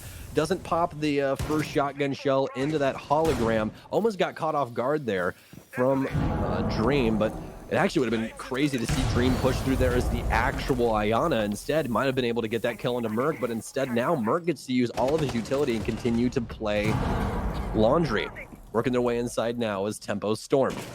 Have him close on the wall, but no, Merc's actually shifted away. That was not the time to do so. Now it's a 5 versus 2 as they have full site control. Diffuser now going down, but we're going to have Chala marked out. Wait, no, he doesn't get marked out. He almost gets both kills. They have to get this Diffuser down. Achieve needs to stop the plant and do the 1v4 now. Multiple angles to worry about. That sprint could spell disaster, but no, it doesn't. Doesn't hear him. Almost gets the second one. Oh no, running out of bullets now, but he finds safety behind the bomb chassis. Downs one, down into the 1 versus 1, but the Diffuser's on the other side of the table. Does he know that Ayana's been down? He does. The triple for Achieved. 30 seconds left on this Diffuser. He hears a grenade go off, but no, he's working his way all the way upstairs. I think Achieved knows as well. He's got the angle. But no, he's ready for it. Is Sloppy ready to have Achieved try and gunfight this? He is! And Achieved loses after such a valiant effort inside of Kitchen. Achieved coming so close, and Tempo leaving so many opportunities for him open. It's a miracle he gets it down to the 1v1 given the time they would have had to react to him, but does not end up being the case. He takes out so many players from Tempo and nearly gets it done. Just didn't expect that upper rotate, and when he finally realized it, it was too late to stop it. 7-7, we're going the full distance on this map. Tempo must win it to stay in the matchup. Otherwise, TSM take the W and the 2-0 to go with it. I don't care what a single hater is going to say about Tempo Storm. You cannot tell me that they have not been playing fantastic Siege. I don't care who you are. I do not care. Tempo Storm has definitely improved from when we last saw them. It's leaps and bounds. It's not even close to the tempo that we've seen before.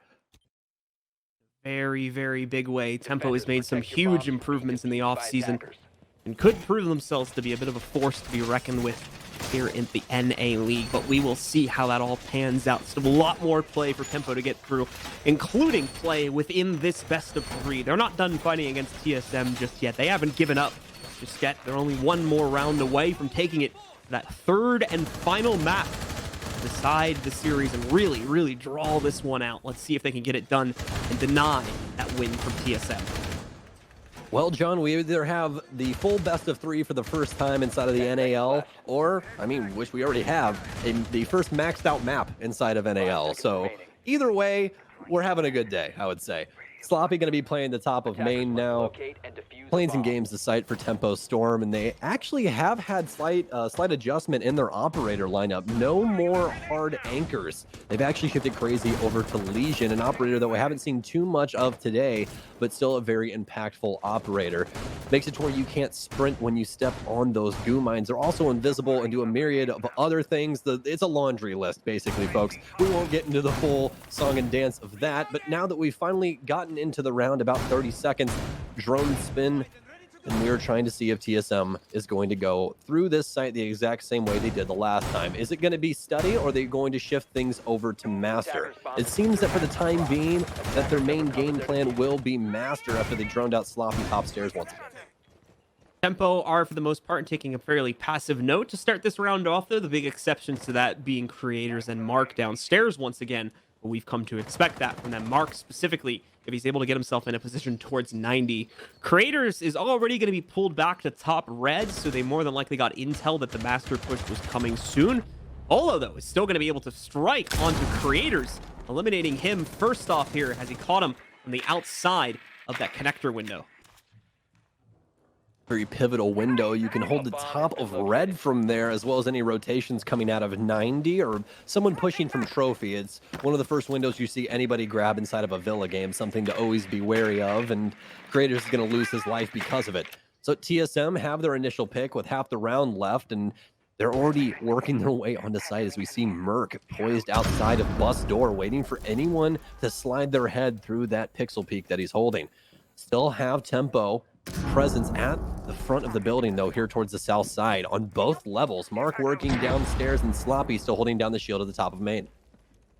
Geo getting ready to move in over here as well and start lining up the X-Kairos to destroy the wall. There's the first. See if we'll have any follow-ups from that, or if he's just going to be happy with the one to try and line up a couple of shots through. At the moment, though, Geo's had to take it aside. He's on drone duty here. Spots out Sloppy, sitting in that same position behind the shield. That's next to the top of main stairs, and not only him, too. You've got Dream on the other side of this if his teammate should fall, and they end up having to work around the corner. This also allows for Sloppy to fall back safely in that same situation if he's still alive here. 30 seconds remaining for TSM to at least start the plant process, and they're going to do just that. Chala working his way in from top red at the moment, getting it off without a hit. He should be able to complete it, but he might not survive. That's the only problem with it. He'll go down. Dream will find another kill to make up for it. However, Achieved actually makes it 2 for himself as he just eliminated Sloppy, and he's continuing to hold on top of the diffuser itself. One more is all they need, and they're going to get it at the hands of Geo. TSM come out on top, claim the victory, and take the 2-0 win here today, keeping them in the upper bracket here for their group at the NA League and knocking their opponents into the lower bracket. Good to have you back, buddy. I missed you. Thank you. Thank you very much. Well, guys, that is TSM versus Tempo Storm. What a match between these two. John, I don't know what else to say. 8-7 on that second map. Bolo and Achieve both popping off, and specifically Chala showing out today for TSM. You gotta love it. Yeah, Chala doing some great stuff. Overall, TSM still proving themselves as the superior team in this matchup, but it was incredibly close. Tempo really playing their hearts out on the second map. The first map, we can still kind of leave it a little up in the air just because of the caveat of the bans, along with the difficulties that attackers are facing, usually as a direct result of these bans. But man, that second map went the full distance. Tempo, definitely props to them for completely overhauling their playstyle in the offseason and making it a very, very competitive match indeed. But TSM, at least today, still reigns supreme. I'm very excited to see how Tempo Storm's going to continue to progress inside of this success story that they're having now. I mean, even though that they lost, you can still call that a success from what happened last season with Tempo Storm. I don't think we've ever seen them play this good of season in the entire team's history, to be completely honest with you. I'm very excited to see what they can continue to produce with Mark, with Sloppy, with this Tempo Storm roster. I'm just excited for the NAL, man. There's still so many games to come, and we're on best of threes. What is there not to love? Well, a lot more of that is going to be coming later this week, but for now, we are going to have to send it to a short break. Don't go anywhere, though, as we still have our post-game breakdown coming up with the analysts right after this break.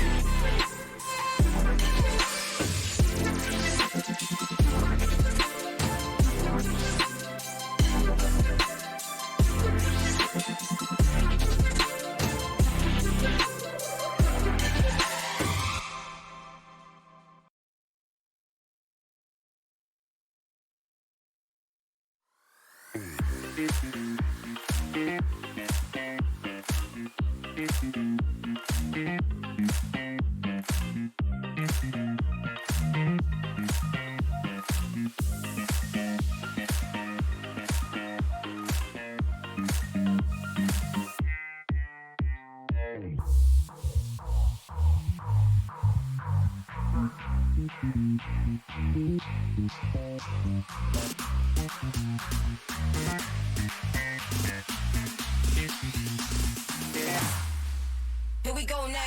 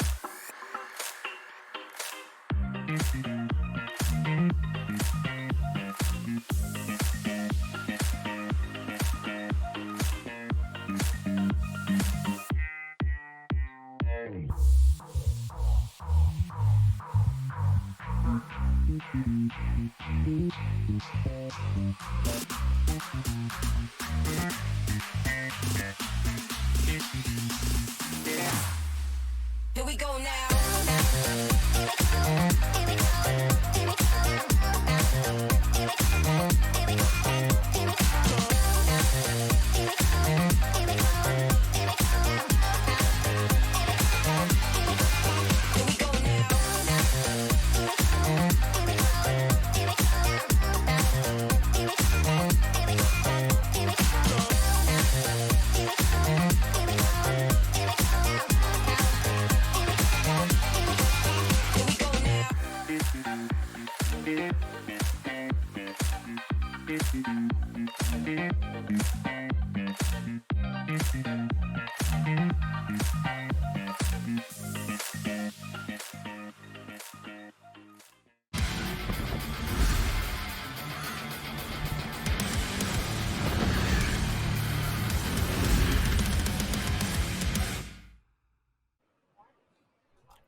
Welcome back. I'm Jackie Jing, and I am with our analysts Veli and Jesse, and TSM defeating Tempo Storm, Map 2 Villa 8-7. And gentlemen, round 15. Whew, lots of emotions there. Chala, Planting, and some great coverage by the team. What was running through your heads for round 15? Jesse, I'll start with you. I just combined your names. Jelly? I like jelly. I like jelly quite a bit. It's a fusion dance thing. It's all right. I love it. Right. No, that 15th round as well was a fun one for sure. Obviously, Chala getting that plant down in the middle of the site was very reminiscent to a previous round where they were attacking, right? And it's like it was a split second before. It was very close this time as well. But again, he gets the plant down. And once TSM's in that post plant, they have the man advantage. They have the crossfires. They're pretty safe. There was a bit of a push that came out of games and like through the top of main stairs. But I thought that Chief shut that down pretty well. Obviously, like you had Bolo covering as well. So they had it under control once the plant got down. Probably you shouldn't have seen Tempo Storm let the plant get down, but it is what it is. At the end of the day, you're 15 rounds into the second map of the night, and I'm sure these guys were all just emotions flying everywhere and very tired. So that's well done to TSM for keeping their cool. I mean, ultimately, it all came down to Chala.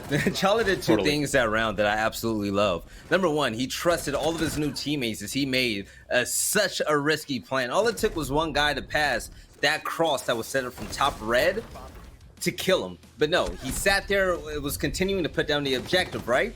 But the thing was, when the Toxic Babe started coming and his health started going down, inching down closer and closer to zero, he stuck it. He was a martyr for the right cause. They got the win. He trusted his teammates. They did everything right that round. Everything right that round, excuse me. And TSM, I feel like with time, they're going to be so much better than what we're seeing right now. And we also need to talk about round 14. All three of us were sweating. We thought Chief was going to pull it off. Almost a 1v4. Let's chat about that, Jesse. Yeah, I mean, that was just an insane clutch. Nobody should be able to do that. Achieved came so close, but yeah, at the end there, that was just not to be. So a 4-on-1 turned into a 1-on-1, but then eventually lost. It was really smart from Sloppy to rotate upwards. That was 100% the right play. The defuse probably, or the disable probably should have been stuck right away. It might have worked, but you just don't know what your opponent's going to do at that point in time. So you're really just like gambling. Is he going to challenge him with a gunfight, or is he rotating up above? It happened to be up above, and Sloppy played that really, really well, but it didn't change the outcome in the end. TSM still won the map, but that could have been a crazy final play to end it just a round earlier. Yeah. And Veli, I want to talk to you about Yana being used by Dream. Yes. Being used well. Round 5 in particular. Sound off there. So the cool thing about Ayana is that I always had a feeling that she was going to come in big sooner than later, and Dream showed us exactly why. Not only was Dream just absolutely amazing when it came to fragging, but just utilizing the intel that Ayana gave him with her hologram. So he was on top of astronomy stairs, right? He went all the way down in the kitchen, saw 2 players that was watching his teammates coming in from laundry. Immediately, Dream pushed in that same direction, didn't just kill those 2 players, but then killed a third en route to a win. Plays like that is the main reason why Tempo Storm were 1 round away from going to map 3. Yeah, I think that really like Dream was feeling the operator in a way that we've never really seen anybody else do before. Like he had his big plays, but all throughout the attacking rounds, he was like putting in work, supporting his teammates. I thought he worked well with Sloppy. You can see his stats down below, like 21 kills. Obviously, he was in a very comfortable role. A little bit shocking to me, they only hit a 1.0 rating. That's middle of the pack. That's average. So I guess maybe there were some more rounds in there where he just wasn't contributing quite as much, particularly on the defense. But like with 21 kills, like nobody's going to look at that and be like, he should have done more. All right. And I mean, we could not stop talking about this play of the day for sure. Bosco with his 1v3 on Theme Park, round 5. Let's see if we can roll that video there. All 3 of us were like screaming when this was going down. I mean, people were tweeting Boss Goats. So. I mean, rightfully so. Bosco has been doing this since day 1. Ever since I came into the game, I've always heard about how great he was. But doing this and basically dominating Callout, I mean, Callout was trash in this 1v1, but Bosco was just way too good. And I think that was the ultimate reason why. Again, and that was our Corsair play of the day. All right, gentlemen, let's start looking ahead and check out the bracket. And Veli, why don't you talk about what went down with Group A today? Oh, Group A was absolutely amazing. The world champs are back to form, baby. I really love what they did against the United.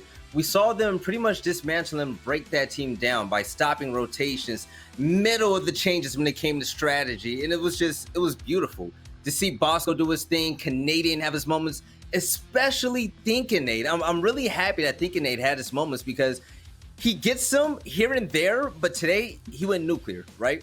So Space Station Gaming, to me, still the best team in the world until I'm proven wrong. I really don't care. No debate at all. But E United, they showed promise, but not enough. I need to see more from Alfama. I love Alfama. That's my little French fry hailing in from France. But he can do better, and I want to see him do better. We've always spoken about, from what we've seen in other games coming into this matchup, how much better he's been at fragging, how great he is at being an entry fragger.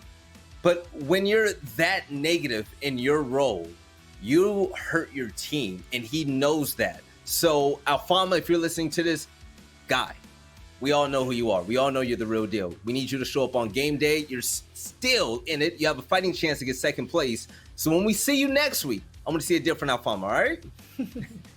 And Jesse, why don't you talk about Group B? Group B obviously had a really competitive game today, Tempo Storm versus TSM, and I think the answer to the question, did Tempo Storm make a mistake choosing TSM in the first round is maybe, but it didn't seem that bad today, right? They very narrowly lost Oregon. They very narrowly lost Villa. It came down to 1 round in both those maps. So really, did Tempo Storm make a mistake choosing TSM? We'll never know for sure, but it seems like this was a team they were comfortable against. It doesn't seem like they threw all chances away just by choosing TSM. I'm not going to hate on the choice going forward. I think that was fair enough, and despite the loss, they definitely proved that they're here to play, and they're going to be a force to reckon with in this group. They go down to the lower bracket. Obviously, on Wednesday we'll see Sonics versus Dark Zero, and Super kind of getting little bit screwed out of his master plan, having to go against one of the stronger teams despite who he picked in the draw show. But if Dark Zero win that, TSM Dark Zero will be a really hyped matchup. Obviously, the Sonic could advance as well, and we get to see what they get to do against TSM. But things are looking good in Group B. We've got some really exciting stuff coming up, that's for sure. I kind of want to second off of Tempo Storm. Yeah, you know what? They got clapped 2-0 today, but the clapping wasn't that bad. The games were close. They went to overtime, 1 round away from map number 3. Tempo actually had a fair chance to take this down to the wire, but they didn't. But you know what? It takes a either big cojones or someone that's absolutely crazy to take TSM first, and they delivered. So I'm happy that we got to see that matchup and we got to see Tempo Storm's potential. A lot of action on day one. Gentlemen, thank you so much. You did a wonderful job. Again, Veli and Jesse, our analysts. And I also want to give a big thank you to our casters and to our crew and to everyone watching at home. And we will see you on Wednesday. Oxygen versus Disrupt, Sonics versus Dark Zero. Thank you again for watching. We appreciate you all so much. Bye.